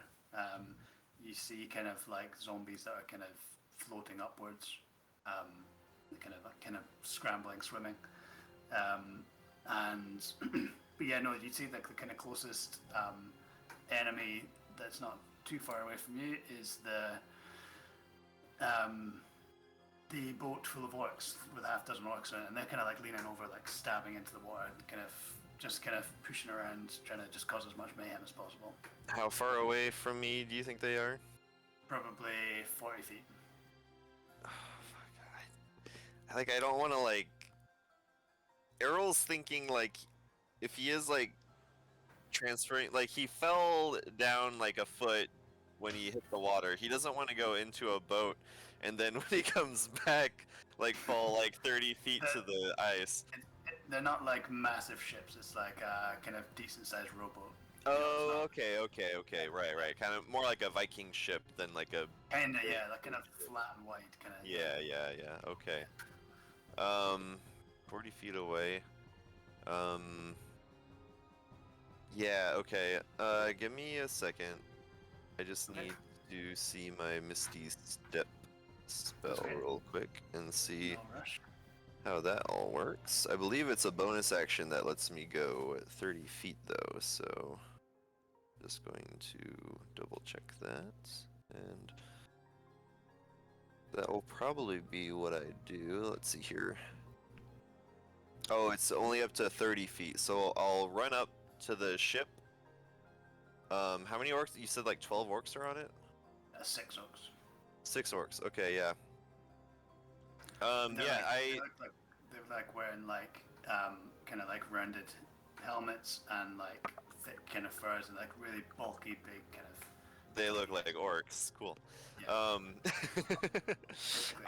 They're gonna see me run towards them with my axe behind me, kind of like a little bit lower, like I'm gonna do like an uppercut swing. But then as I'm running towards them, I go like, "Ah!" And then like maybe some of them start to notice me as soon as I'm like about 10 feet away, and then I'll just vanish into the water. And then 2 seconds later, I'm right behind them, and I go, and I take 2 swings Barthos to. gets sneak attack, so somehow. Good at them. I'll give you advantage on the first because it's awesome. Okay, cool. Yeah, so let me roll quick. They're like yelling in Orcish. Like a couple of them are like pointing, something's coming across the water, and they kind of like all gather on that side to kind of prepare for you coming. Let me roll one more time for my advantage and see if I don't get a crit. Oh well. I'm assuming a 19 probably hits though. That's it, yeah. All right, Roll cool. for So yourself, your next attack, yeah. yeah, I'll go ahead and do that.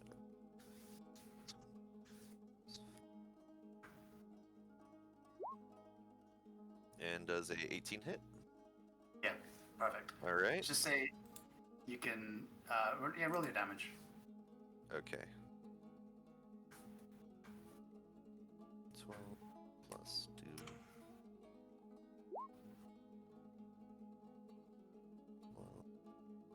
Oh, wow, really? 2. Alright, yeah, so I'll say I look for like what I would think is the captain of the ship, like the biggest, meanest looking orc, and I just like cut him down really quick, just with like two swings. And I'm screaming as I do it, blood like splashing across my face. Yeah, like one of his arms, like he'd lop off one of his arms. That was hell yeah. Like maybe holding the helm, like holding the steering wheel. And the other blow just kind of knocks him and he kind of topples into the water. And the orcs are kind of stunned.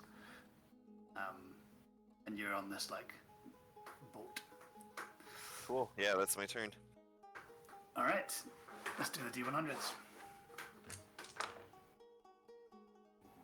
This is interesting.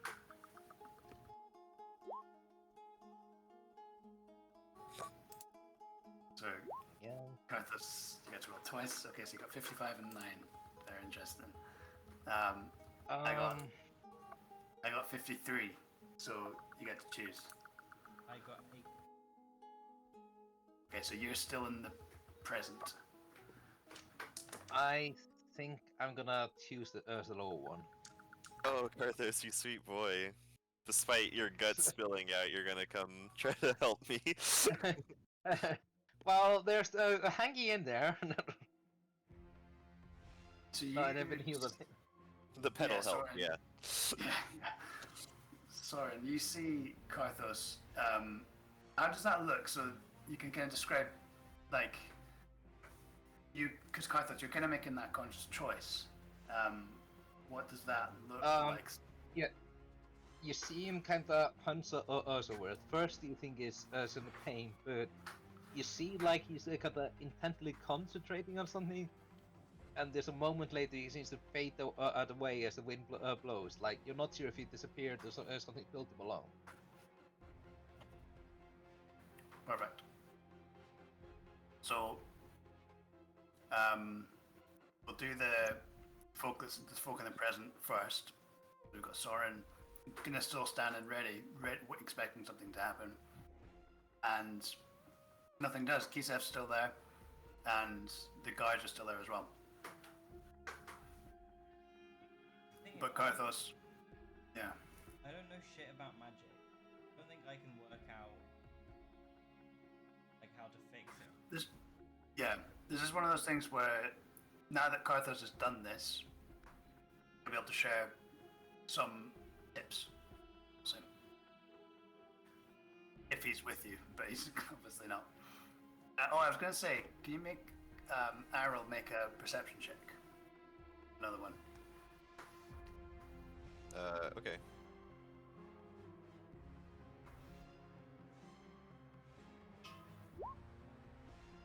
Ten. Okay. Never mind.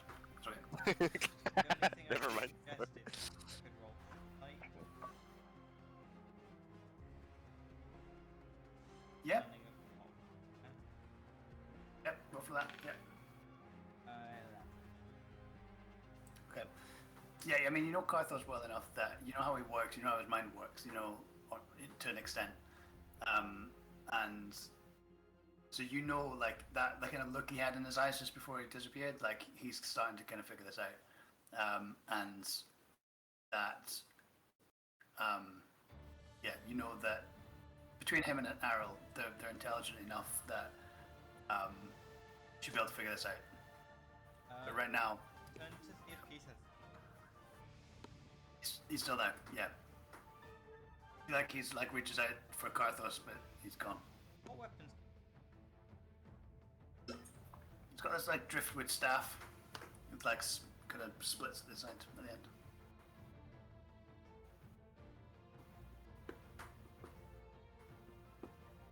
I'm actually, instead of readying an action, I'm going to use the dodge action. Cool. Okay. Yeah. Good. All right.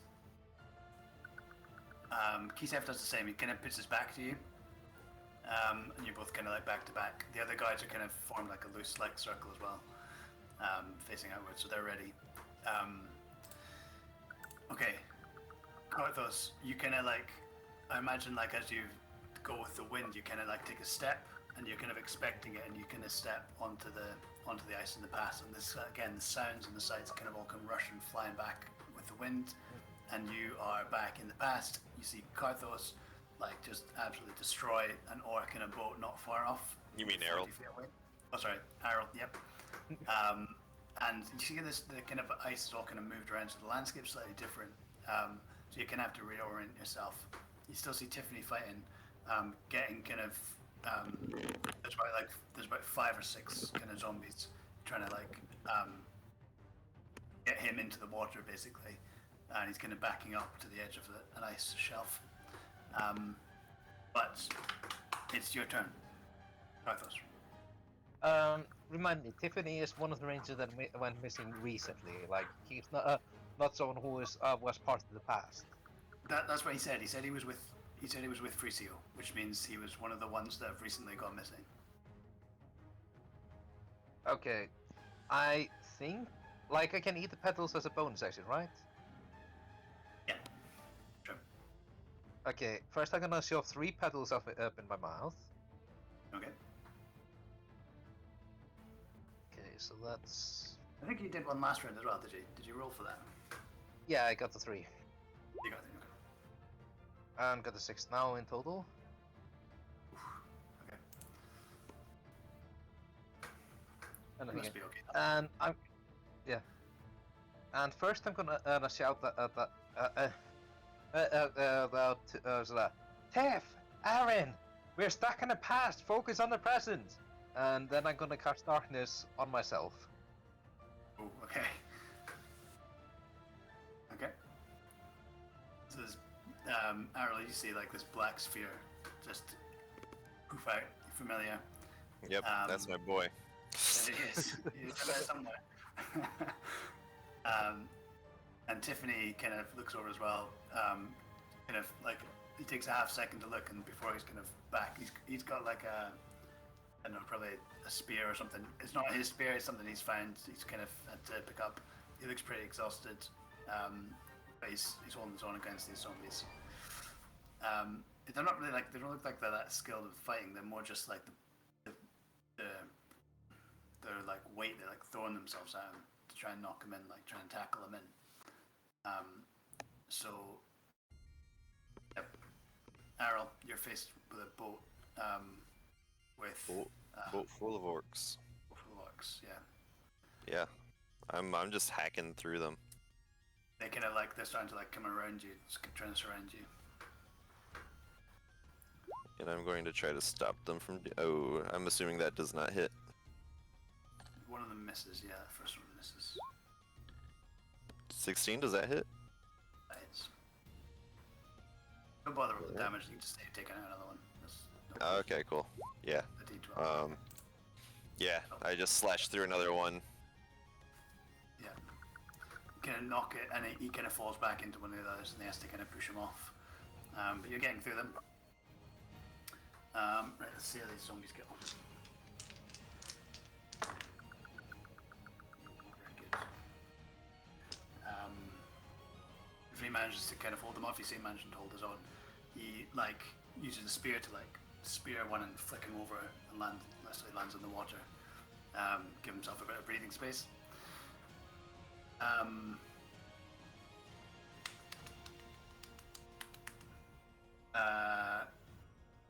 Karthos. Yeah, nothing's really coming for you. Nothing can see you through the darkness, so you think you're safe for the minute. Let me just check. Yeah, no, you're good. You're good. So We roll on the D100s again. we're going back around. I think that's us. Yeah, let's do it. D100s. Okay. So here's, Karthos, you're still at advantage. Oh boy. 47. 99 and 7. Wow, that's pretty good for having choices. Yeah. Yeah. I actually rolled 94, so Oh man. you needed that 99 if you wanted the choice. So, yeah. Yeah, okay. So, we come back to the top of the initiative. Soren, the wind comes. You've been kind of expecting it, you're anticipating it. The wind comes, picks you up, and dissipates, and you are back in the battlefield. The mayhem of the massacre on the Icebite Plains. You are standing kind of in a globe of darkness, actually, in the middle of complete pitch blackness, but you can hear the mayhem all around you. You hear Kisef shout out, and you hear the guards like calling, like, what's going on? So you know that they're with you. But it's complete blackness. I mean, I don't think you'd be afraid by that too much, because you know Karthos, but No, I would say, good thinking, Karthos. yeah. I do.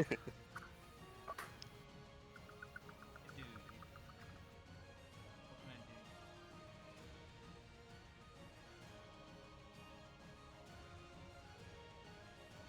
How to prepare for your turn when you've got literally... Yeah, I know. Sorry.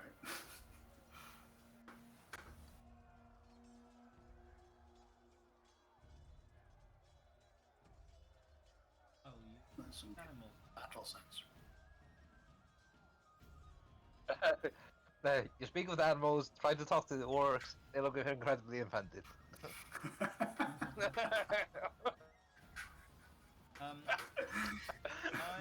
I want to do is, I want to feel around. I call out Karthos. Are you there? Yes. Okay, and then I try and echolocate him based on that yes. He's just like 5 feet from you, just where he was. Okay, I just want to touch him and cast guidance. Oh, right. Deep. Oh, Oh, thank you. good. Nelson, go. Yeah, it's over to Karthos. Oh yeah, I think I'm gonna pick to stay if I can. You gonna what? Sorry. Stay. I got 99 and 7, so... Oh, you're gonna stay in the past. Yeah. Okay. Sorry. Of course. Yeah. Okay. And you said that there are zombies on Tiff. Yeah. There is. Okay, I'm gonna cast Eldritch Blast on the zombies that are him and shout out, I know this sounds weird, but move towards the darkness. He hears that sound emanating from the darkness. Because you In a weird, bear in mind, creepy warlock voice. I know this sounds strange, but move toward the darkness.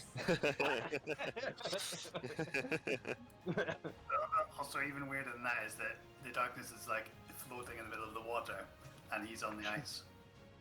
Oh. Oh yeah, he doesn't have water walking.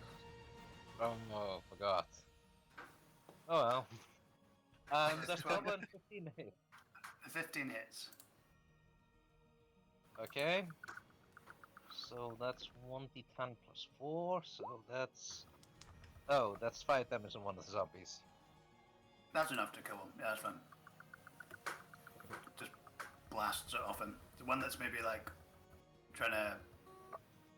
Maybe that's that one that he threw in the water before. That's kind of trying to crawl back up from the other side and grab his legs. Managed to just blast him again. And he turns and is like, "What the fuck's going on? I don't know who you are." Jumps in the water. But he like edges towards the edge of the ice, and kind of looking in the water, looking to see what he's, because he doesn't have any options. He can't really go anywhere else. But he's hesitant. Is that your turn? Yeah, I guess. As I see him acting towards me, I walked. How far away is he from me? Did I say before? I can't remember. Let's say 40 feet. Equidistant. Okay. Fuck it. I'll move the whole 30 feet, so the rest of you regain vision, and I guess Tiffany loses his vision. Yeah, and the zombies. Yeah.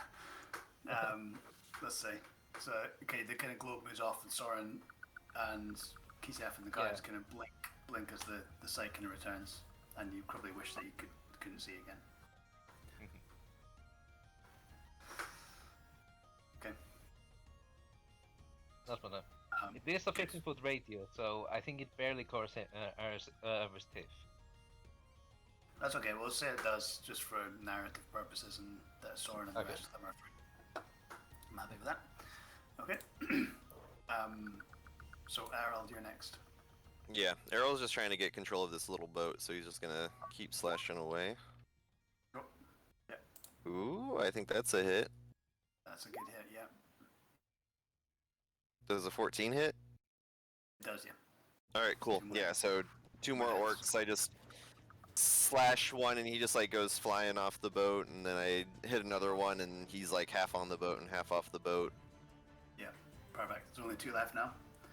The boat is kind of full of dead orcs and is rocking a lot. You see behind you on the other side of the boat, a couple of hands reach over to try and climb on. You can't see yet if that is soldiers or zombies or what. So, yep, that's it. So the orcs are going to try and get you.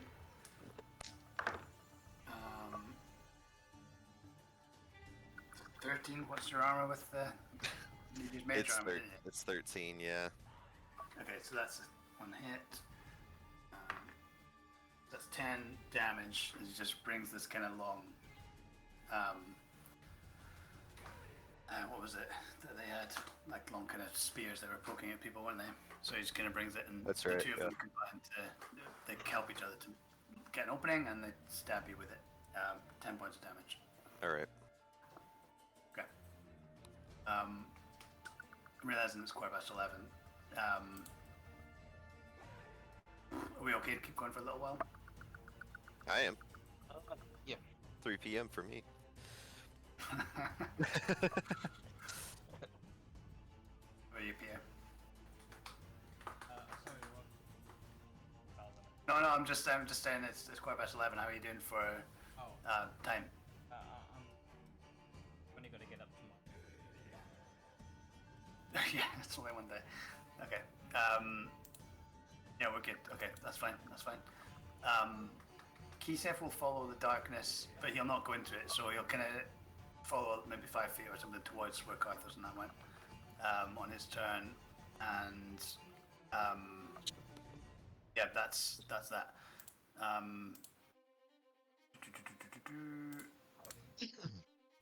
Let's do D100s. So you've got a 47 there. D100, you say? D100s, yeah. I'm on 7, Craig. 7. 47. 6. Okay.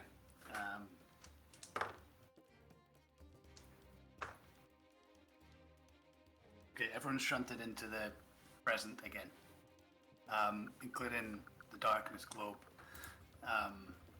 So immediately there's that shift again, and this time Karthos and Errol and Kisef and the guards all go to the present.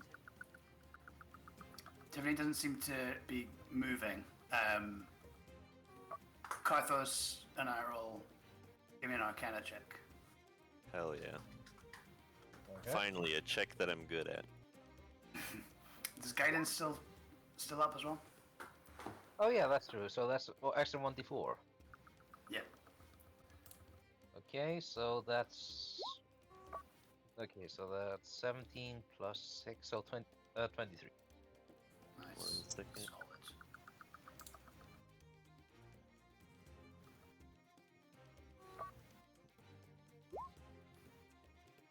16. Okay, cool. Yeah, I mean, between you guys, very quickly able, like over the course of this round, able to chat about this. You think that if you were in contact with him while you shifted back, he would come with you. Same with anyone else. Okay.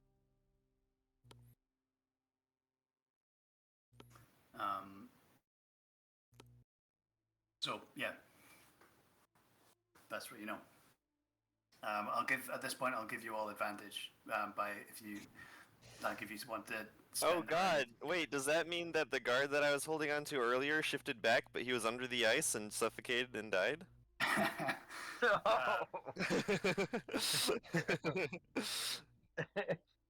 exactly that. You were holding on to it, weren't you? Should be he should be present now. We can retcon it and say he's just one of the guards now. Well, let's say that's what happened because you were pulling him up. So he was just with the other group of guys. So when I've been rolling for them, I've been rolling for him. So he's been kind of going back and forth with them. All right, cool. Okay. Sorry for throwing you the curveball. I mean, this would be a little bit wild. So I'm just kind of like trying to figure out as we go. But yeah, that's good. That seems to make sense. Kind of. All right. So is there anything you want to do before we go back in again? Doing it for another roll. I mean, this is the first point since we started that you're all in the same place. I mean, Determined that if we're holding on to someone, go to the present. yeah. Yeah, that. Yeah. We can save them, Saying that, we like, can save them all. Peter, that would take a lot of time. That's what Soren says. We can save all. If somebody tells me that, Soren is like, we can save all of them. Do you know how many soldiers are out there? Have somewhere to be. Well, think of this. What happens if we save all the soldiers? Then Cal is just like totally destroyed. And I don't think those people, like, I think that's like their time, Soren. Like, You just saved can't that just- guy. that was an accident. No offense, guy. I mean, like, I was trying to save past him, but now he's like here in the future. Like, all of his family is like dead now. You know, like he doesn't want to be here. I'm pretty sure. You want us to put you back in the sea? he's completely like stunned by this. He's like, because he doesn't, the whole concept of time travel, time shifting and stuff, like it doesn't. He just thinks that he's like on the ice for a little bit and it's in a bit of a calm in the battle, and then he's back in it again. You're in the future. Your whole family is dead. Would you like us to throw you back in the sea? Soren, no.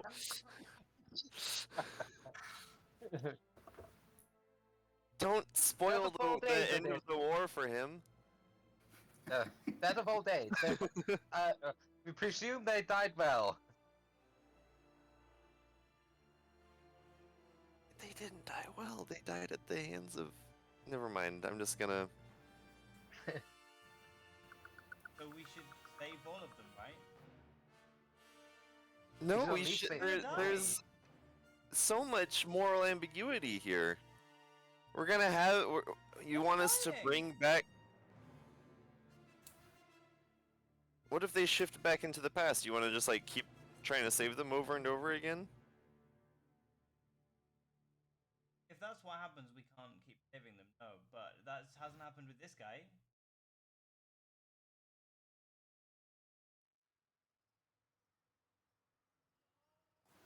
He just rolled really. Soren, we don't know what this whole time thing could mean. I mean, if we save all of the soldiers, that could drastically change how things are now. Or something. I've never known what anything means, but it hasn't stopped me saving your sorry ass. Okay, time's up. We're rolling. You can still hear it as well. Like you can hear the battle even when you're in the present. You can hear it on the wind. You can hear it as like Did you a say we faint get advantage? something. Yeah, you all get advantage now. Yeah. Yeah. Ooh. What did you get, Craig? Do we have to tell you first? No, I'll tell you. I got a 51. Oh, well, I'm Oh, both above that. I'm above Um, that too. Okay. I think I'm gonna choose to go like I'm focused on saving Tiff, but I believe it. Yeah. I believe in you. There's nothing else I can do but believe in you. All so- of his family isn't dead, hopefully. hopefully. Well, like at least he's there's less more ambiguity because he doesn't belong in the past.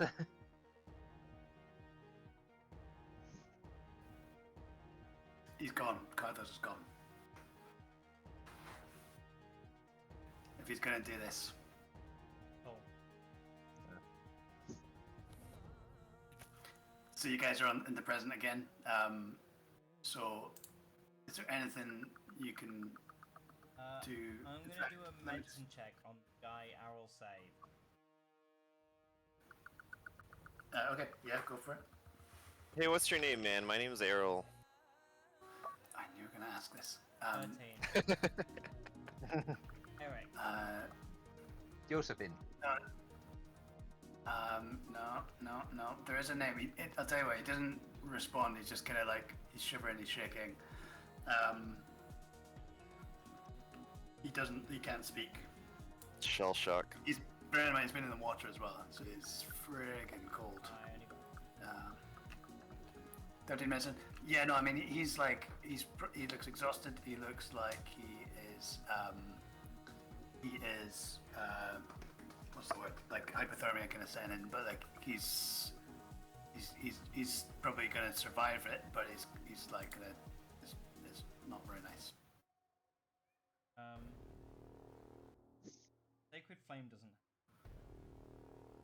No, it does not.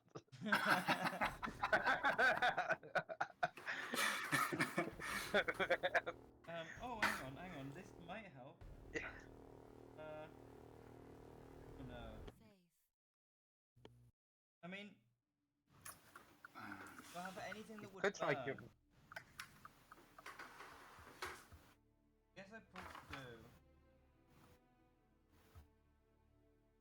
And I've got a set of traveler's clothes, so I'm gonna tear off a tiny little scrap of fabric. I'm gonna set fire to it with my tinderbox, and then I'm gonna cast thaumaturgy and to make the flames increase. Okay. Yeah. So there's quite that'll a work. big fire coming off this little scrap of clothes. Try and keep this guy warm. Okay. Good. Good. Okay. Yeah, that's fine. Good. Okay. Anything from Errol? Give me 1 second. I'm trying to see what is inside my scholar's pack. Usually I have like a physical book and it's a lot easier to go through, but because I'm on my laptop in the middle of nowhere, I'd have to use this illegal scanned image of the book, so Okay, here, wait, I got it. Oh, I have a little bag of sand in my scholar's pack. Yeah, no, I don't really have anything to help the soldier. Yeah, I think I'm just... What was that? Or sand in his eye. Errol's going to ready an action, I guess, I don't even know what he would do. I think Errol's just gonna stay put, ready in action to attack an enemy. Yeah. In your... I Did I probably break think you're out? teleporting. A little bit, but I think you're going to hold ready in action to attack if something comes. Yeah. Or if you go somewhere. Okay. Good. Right, let's do Karthos then. So you are still in the globe of darkness, and you're on your own in this absolute mayhem. You maybe took a few steps so that you're kind of in the right direction. You hear, in fact, let me just have a look. Yeah, you hear a splash. You can see through your darkness, can you? Yeah, that's You can the see it, yeah. entire reason I have Devil's Sight, so I can see through darkness, but most things can't see through it. Yeah. So in this weird kind of grayscale world that you can see in, you see finally the zombies kind of overcome Tiffany, and he splashes into the water. Sorry? He falls into the water with 4 zombies clambering onto him. So now it's your turn. I'm gonna walk up to Tiffany and kind of try to grab onto him as I heave him up. Okay. He is. Okay, I'm gonna say he's under the water already. Are you able to go under the water? How does that work? I guess you could. You just will float back up. Yeah. You know, you're like fighting against gravity and like reverse gravity, kind of. Yeah, I think I'm mostly just trying to go down and grab onto him, like. Yeah. Okay. Right. So you would need to be fully submerged to be able to get to him. That's what I'll say. Like he's out of your reach. If you can't just stand there and go and reach for him.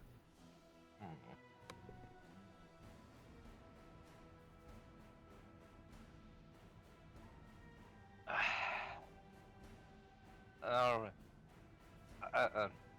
Yeah, I think I'm gonna.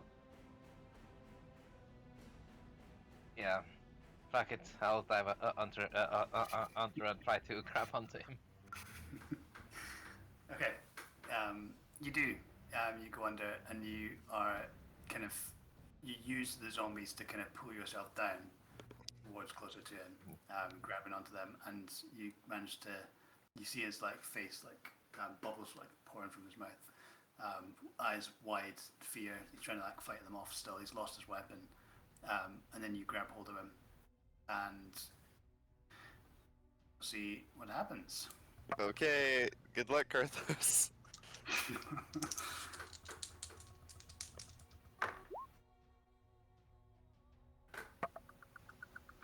Nice. Yeah, I'm gonna just say the darkness still follows me. Yeah. So he probably can't see much actually. Yeah. What's the Okay. number, Craig? I got a 75. Are you kidding me? Oh, well, I'm always going for the past. I got a 73. Yeah. How about you? Oof, I'm staying in the party teams. Okay, let's do it. Kisef also in the past. Oh no, wait, sorry, wrong dice. Oh really? Oh.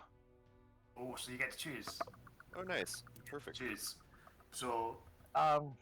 I'm pretty sure that if I like there's solid ice on the other side, so if I go into the future, we are under the ice. I think you'll be fine.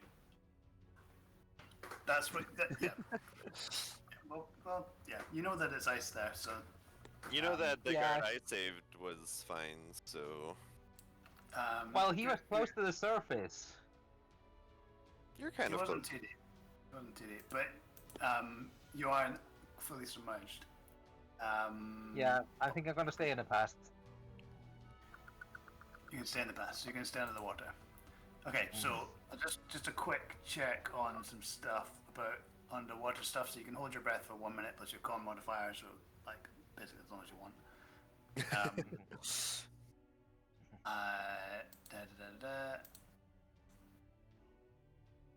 Okay, so because the water is icy, you can stay in the water for a number of rounds equal to your con modifier before you need to start rolling con saves. Otherwise, you get a level of exhaustion. So, when it comes around to your turn, that'll be 1 round. What's your con modifier? Mine, 1. 1. Okay, so the next round after this one, you'll need to start rolling con saves to avoid exhaustion. Okay. Alright, so weirdly,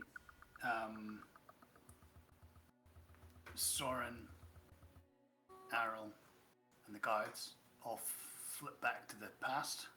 Kisev's not with you. You see like a half submerged kind of globe of darkness. Yeah. How close And am I it's- to the half submerged globe of darkness? Again, within like 30 feet of it, but Okay, I again, go over down. to it. Yep. Over to the globe of darkness because I'm like, oh crap, what is happening? Why is Castle underwater? I can't see him to cast Water Walk on anybody, but I can do Channel Divinity. So it goes nothing. Every undead within 30 feet of me has to take a Wisdom save. Fails, Nice. It has to flee from me Nice. for a minute, or if it's Yes. CR a half or lower, it instantly like disintegrates. Nice. I've been waiting for this. I've only got it once, And- so Yeah, this is something that we've never seen Soren do before. that is a good point. Yeah. That's cool as hell. Okay. So I mean they are CR half or less, so I mean they get absolutely destroyed. So how does that look? I think what you see, you probably don't hear anything, and you see Sorin run up to where this globe of darkness is, and he's sort of like I think the way I imagine it, his head is above the darkness, and the rest of him is sort of submerged, and then Sorin like drops to his knees, so you just see his head just disappear into darkness, and then there's like a wave just radiates out of him of just like energy and the like bits of zombie. Nice. That's awesome. So Carthus is the only one who can appreciate it. No, that's not true. People can see like this is the darkness This is is flat. radius 15, right? Yes. And this is radius 30, so Oh there's shit. shit happening like it's a Oh, massive cool. range. Yeah, Huge. there's Yeah. so many zombies. I was just waiting for the right moment. I don't know if I'm gonna get a better one. Go. Nice. No, it's good because the fact that they're under the water tells you that there are zombies down there. Otherwise, they wouldn't be under there, right? So, you know this stuff, and yeah, I mean, you're right. There's pieces flying everywhere, and from beneath you, pieces start floating up, like dozens of bits. And just kind of they kind of filter away. But there's like bodies getting blasted back. You see several soldiers on kind of distant ice shelves, kind of being kind of shielding themselves as this wave comes, and the zombies nearby just get absolutely obliterated. And they're able to scramble up onto the ice, and they help each other out, and they can regroup a little and start to they run off in a direction to continue their retreat. You hear calls like rallying calls to like regroup and things, and in this area, there's a momentary kind of respite as the zombies just kind of disappear. The boat with the orcs in it is kind of starting to move off. There's only 2 left. Am I on the boat still? No, you actually land on the water because the boat's moved. Damn it. So, but it's Carthur's turn first. You feel like the zombies just kind of fall and break apart around you. Well, you see them as well. As this wave comes, you see just pieces floating in the water. And you're still holding on to Tiffany. Yes, I'm gonna try to see Katarina's here as well. Actually, no, I'm underwater, so I can't actually say anything without risking my. I'm just gonna try to forcefully pull up words with him, like indicating you need to go up. And Yeah, I mean, because you've still got water walk on you, so you Yeah. will start to be floating up yourself anyway. So I'll tell you what, I'll give you advantage on athletics check to try and swim upwards. okay, so let's see how that goes. So that's a 7. With advantage. Yeah, like I got a 8 on one die, -1, or a 1 on the other, -1.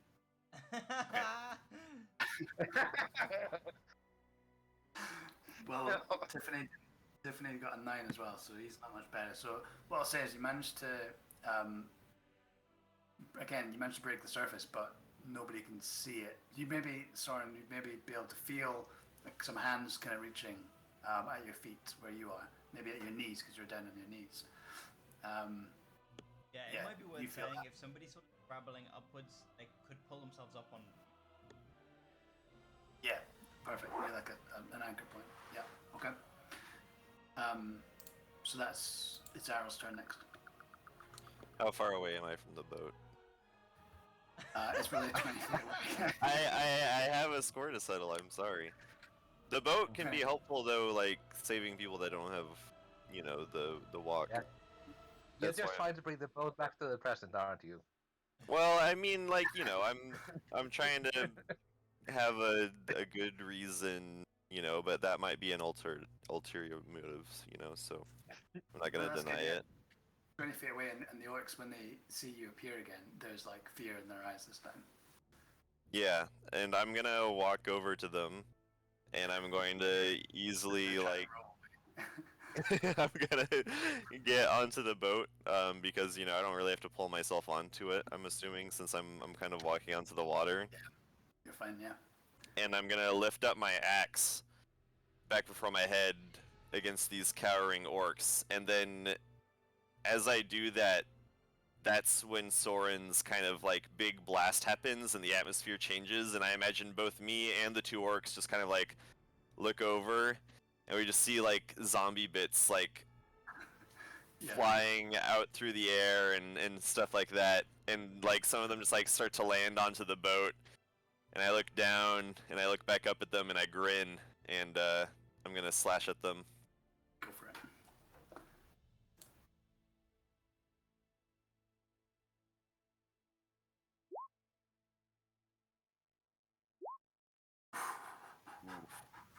Can I say the crit counts as Yeah, 2? gets them both.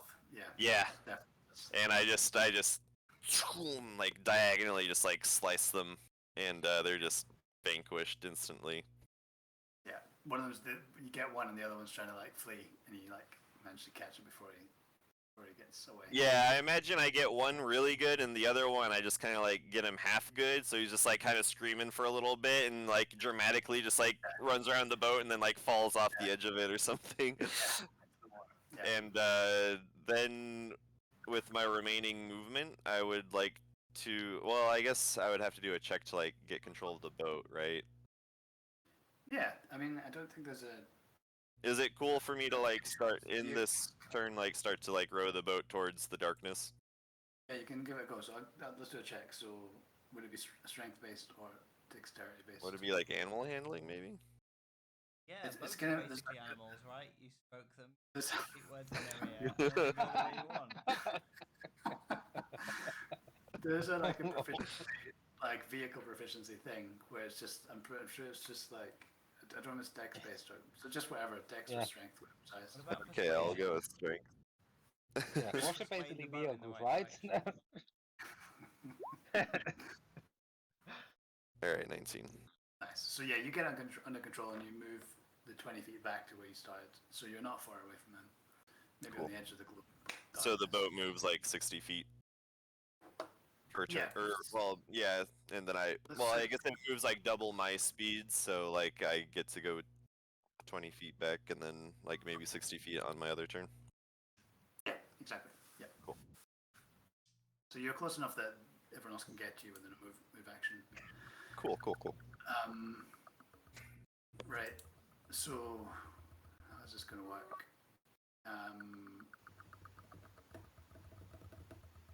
You give me a perception check, Errol.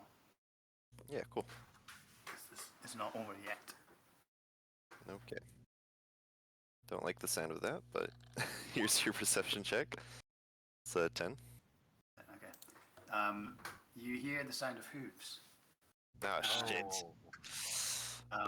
You realize that as you're kind of rowing this boat along, there's ice not far away from you, and you see from the mist this creature once again charging, and there's like a good 10 feet of water between the ice and the boat, but it No, thank God. leaps.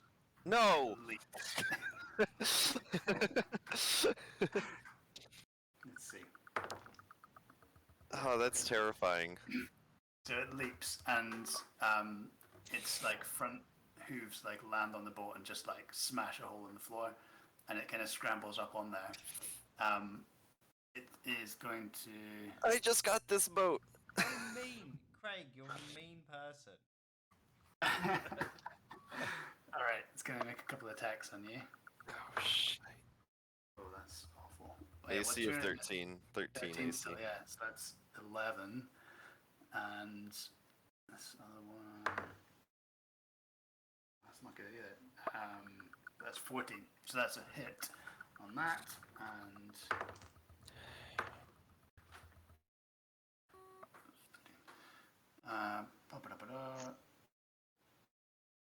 Yeah, just forget that. Okay, so no, it's plus 5. Yeah, so what it does, it reaches, clambers onto this boat, and it's kind of sinking around it. It's already water kind of splashing in, and it slashes Damn out it. with the pike as you're kind of in the rowing position. You somehow dodge that, but it kind of lumbers towards you, and it strikes out with one of the horrible hooves and just catches you. And you take. What did I say? I think it was 13. I don't think I said that. It was 13 hit points. Yeah, okay. So how does that look? How do you dodge the pike, and where do you take the hoof? 1 second. Yeah, I imagine I was kind of rowing it towards the darkness, and then I heard the hooves, and I noticed him over there, and I was like, oh, whatever, there's 10 feet of water between us, so I just kept rowing, and then just suddenly crash, he just smashes into the boat. I'm like, holy shit, I'm freaking out because I didn't really expect this at all, and in my panic I quickly dodge the pike, but I was not expecting this whatsoever, and the hoof just kind of hits me in the ass or something, and I'm just kind of flailing around on this boat. Oh no. Oh wait, no, it's just the bot. That's okay. We're good. Yeah, so no, yeah, you're kind of sharing this boat, and this thing's taking up a lot of the boat as well. So there's this madness, and it's rocking, and it's Yeah. it's all a bit crazy at the minute. But it's time to roll D100. So let's see what happens. Oh no. Okay.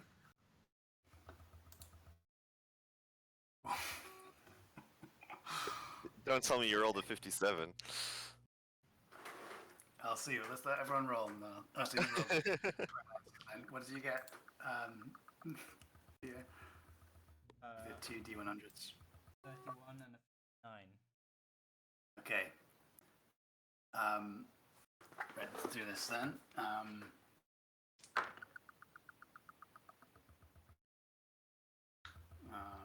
Yeah, that's okay. So what happens is I got a 5. Oh. What happens? Oh. What Oh happens no, is you killed Tiffany! the on the boat, this creature, this monstrous thing, it's kind of like clambering closer towards you. Maybe you're even falling onto your back after it booted you with its hoof. And it's kind of clambering forward. It's like every step, it's like smashing holes in this boat, and it's like reaching forward with its claw, and you kind of fall back further onto the back of the boat, and it kind of reaches up double-handed with the pike, and it's just going to drive it down at you, and then the mist comes and poof, you're not there, and the pike just smashes through the bottom of the boat, and you're gone, and you're on your back on top of the ice, like a little ways away from the rest of the folks. You can see Soren's come back. You can see Kisef's there and the guards. I've peed myself just a little bit. Understandably. But Karthos and Tiffany are not there. Give me a perception check. Me as well? Yeah, you as well. Sorry, Soren and Errol. Oh, both of us. Okay, cool. 13. Yeah.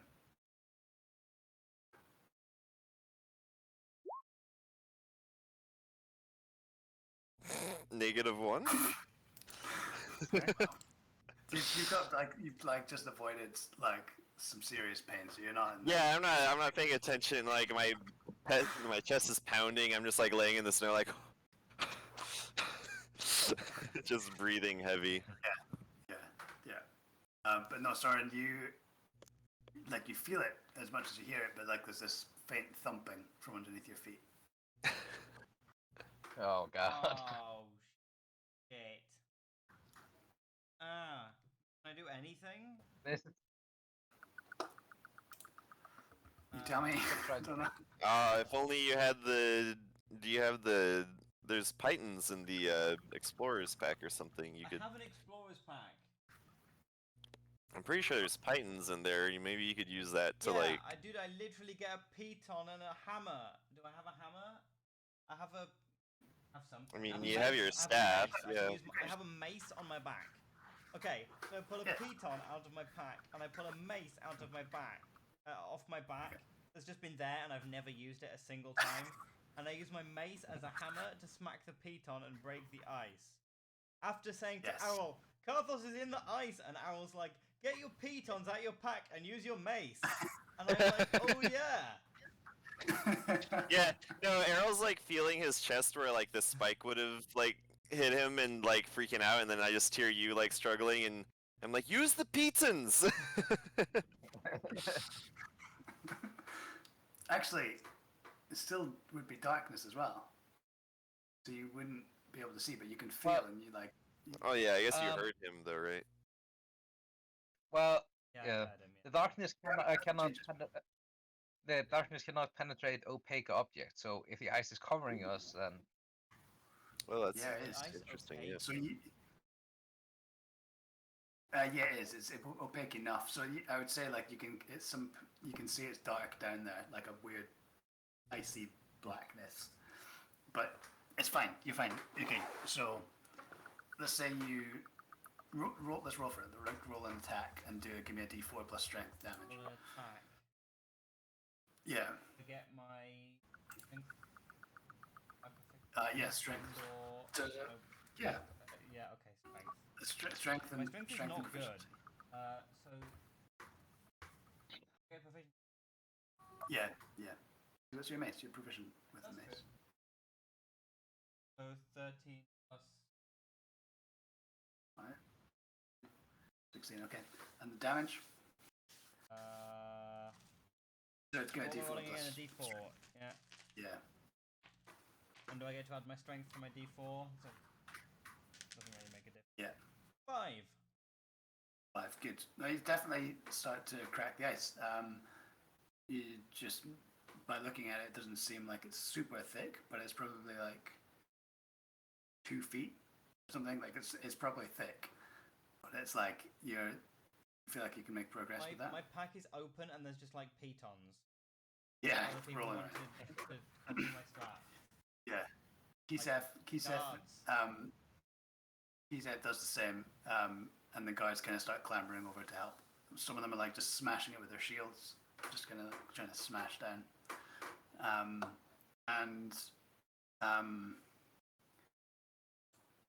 Yeah. Errol would So- start walking over there.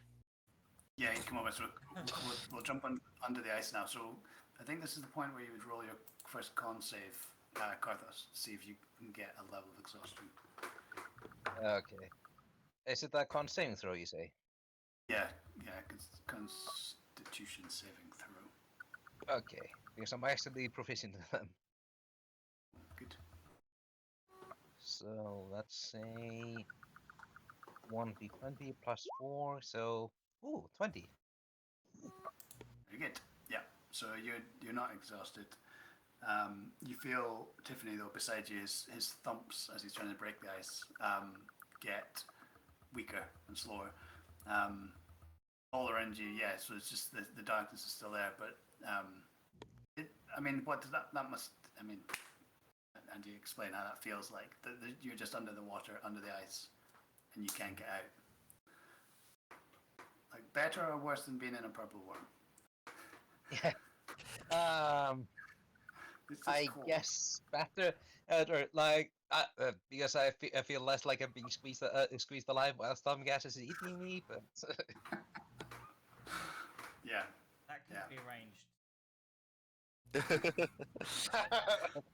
There's a Tiffany will, is there's like- a way. He's Down, like Yeah. trying to hold on to down it. the hole. yeah, am I up for some nasty surprise when you learn the polymorph spell, Laura?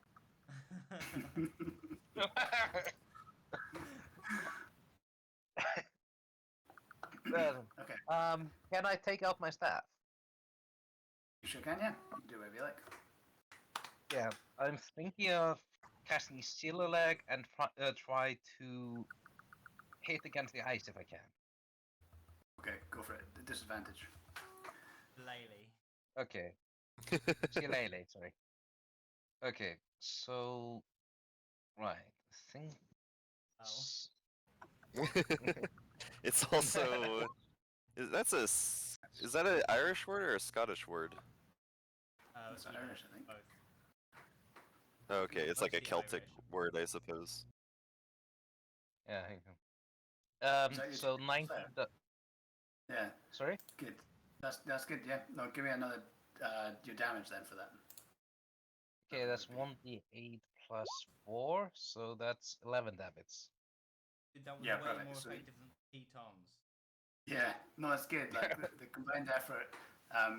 Soren, you actually see like a spear of darkness coming through as this staff kind of breaks through the ice. I think I'm going to actually at that point dismiss the darkness. yeah. And you maybe see like the staff, and then maybe like a hand coming up through the hole, and we will say that over a little bit more time, we eventually manage to break them out and get them free of the ice. And you get Karthos and Tiffany out onto the ice.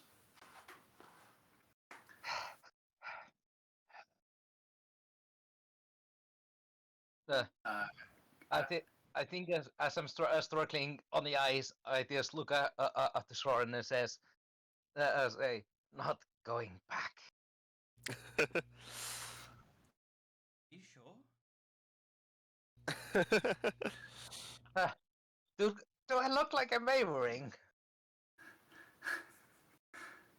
Okay. Yeah. Okay, and I just like hold him up. Does that fire still burning? Sure. I don't remember if that was like. It won't last very long. 'Cause A it burns round all the way ago? off and a massive fire. I wish I had like torches or something. It's like the magic will. Yeah, well, if it's still there for now, Errol would kind of lead them towards it. It'd be funny if it just like burns out as soon as he did, though. I mean, it's still really windy, and like the wind does pick up at this point, but what it does is it's starting to kind of carry the fog away. Give me a perception check. Just one last time. I'm not rolling well on these perception checks. 12. Oh, speak for yourself. That's a natural 5. Ooh. I've got a natural 5, a natural 3, a natural 7, and a natural 5. They just happen to still sound good because I am adding 7.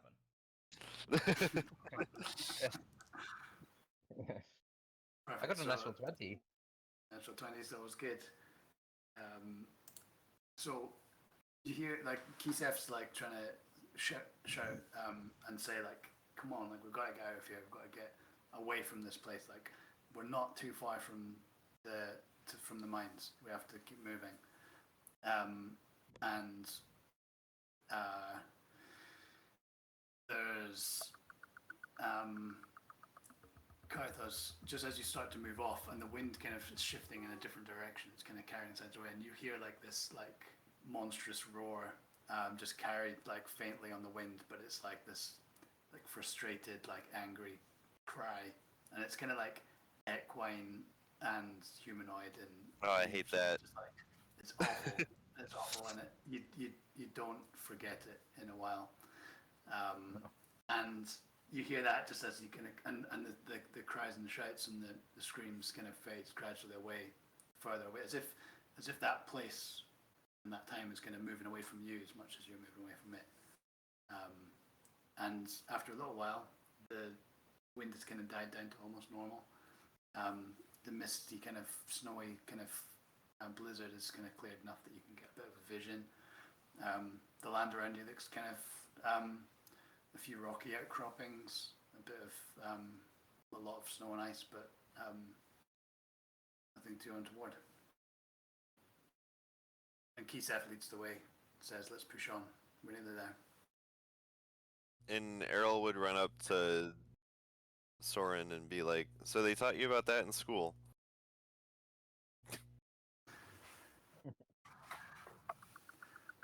Did tell you it was.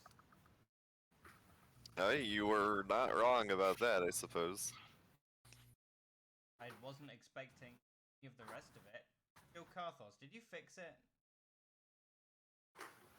Sorry, Fix. doesn't say yo. Karthos, did you fix it? This, I could split me for 30 years and still not know what the heck cost is, let alone know how to fix it. Well, now it's the screams of the dead -1, and Arrow will smile and look at the hypothermic soldier that they saved. Yeah, the soldier's there, and that's we're gonna have to deal with what that means. I do have a dry And- set of clothes. Yeah. Traveling.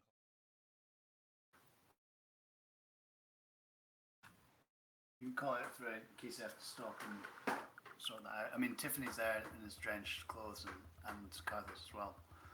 I'd rather give Karthos, but Karthos is not wear the clothes.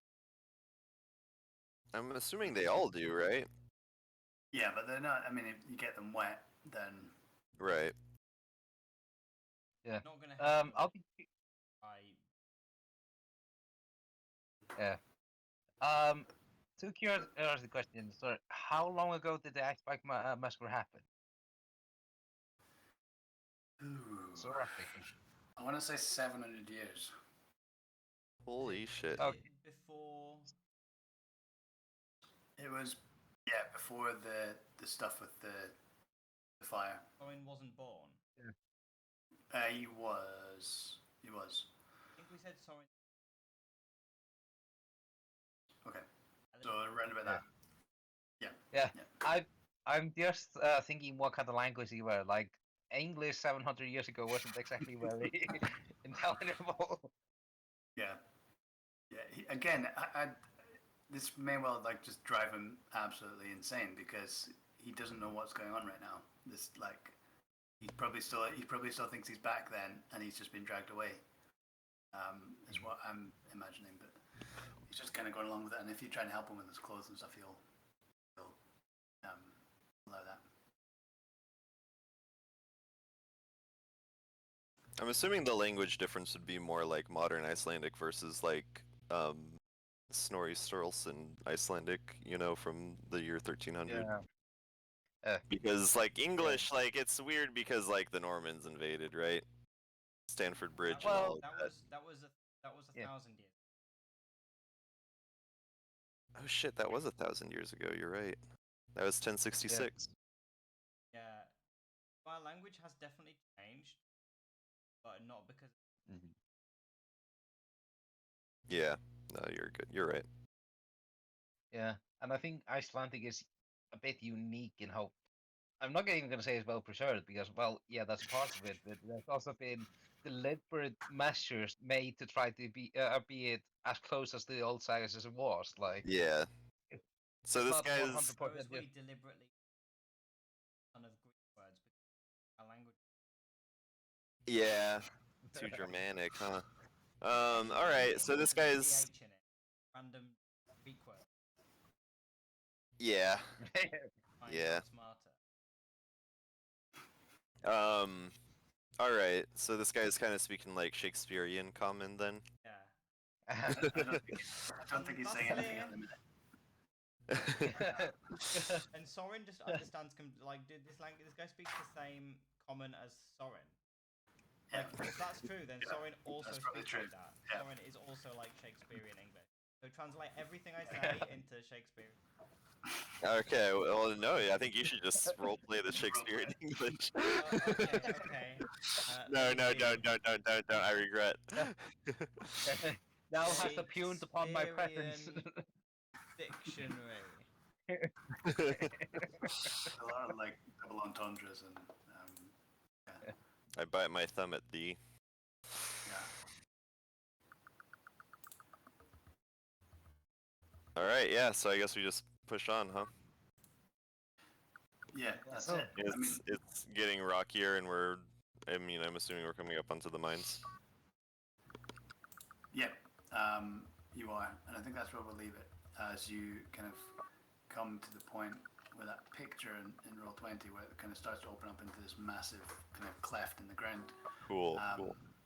You kind of see that kind of as you kind of come towards the lip of that, and yeah, we'll zoom out from there.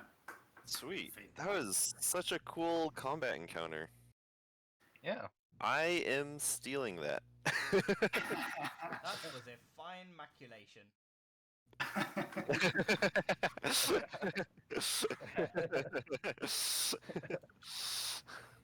I'm glad there's a couple of things that like again my rolls were really weird, like extreme ends of the one of Yes, them they were. kind of changed like things dramatically. But I'm glad it was fun, it was interesting, but different. That's cool. And nothing too crazy. My main concern was like they're gonna find a way to mess with the timeline, and I'm gonna have to try and figure that out. But nothing too bad happened. Yeah. I'm just Might glad. have understood the timeline more. Rescue 50 random soldiers. Yeah. Did your heart drop when Soren was like, "We can save them all"? Yeah. That was interesting. Take it, form an army, march north, conquer away, become the new kings. I like that Cause the idea. fires that burned Soren's place, Oh, become the no. evil bad guy. They are warlocks. Oh my god, it's all connecting. We're the bad guys. You know you're the bad guys. I like Tatley's idea of go home, put a small amount of money in a bank account.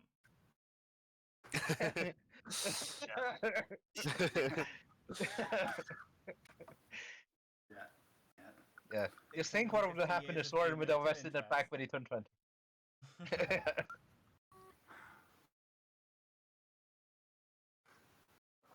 Oh, thanks everyone. That was good. Of course. Yeah, thank you. Yeah, we're really getting into the meat of this kind of story arc, which is good.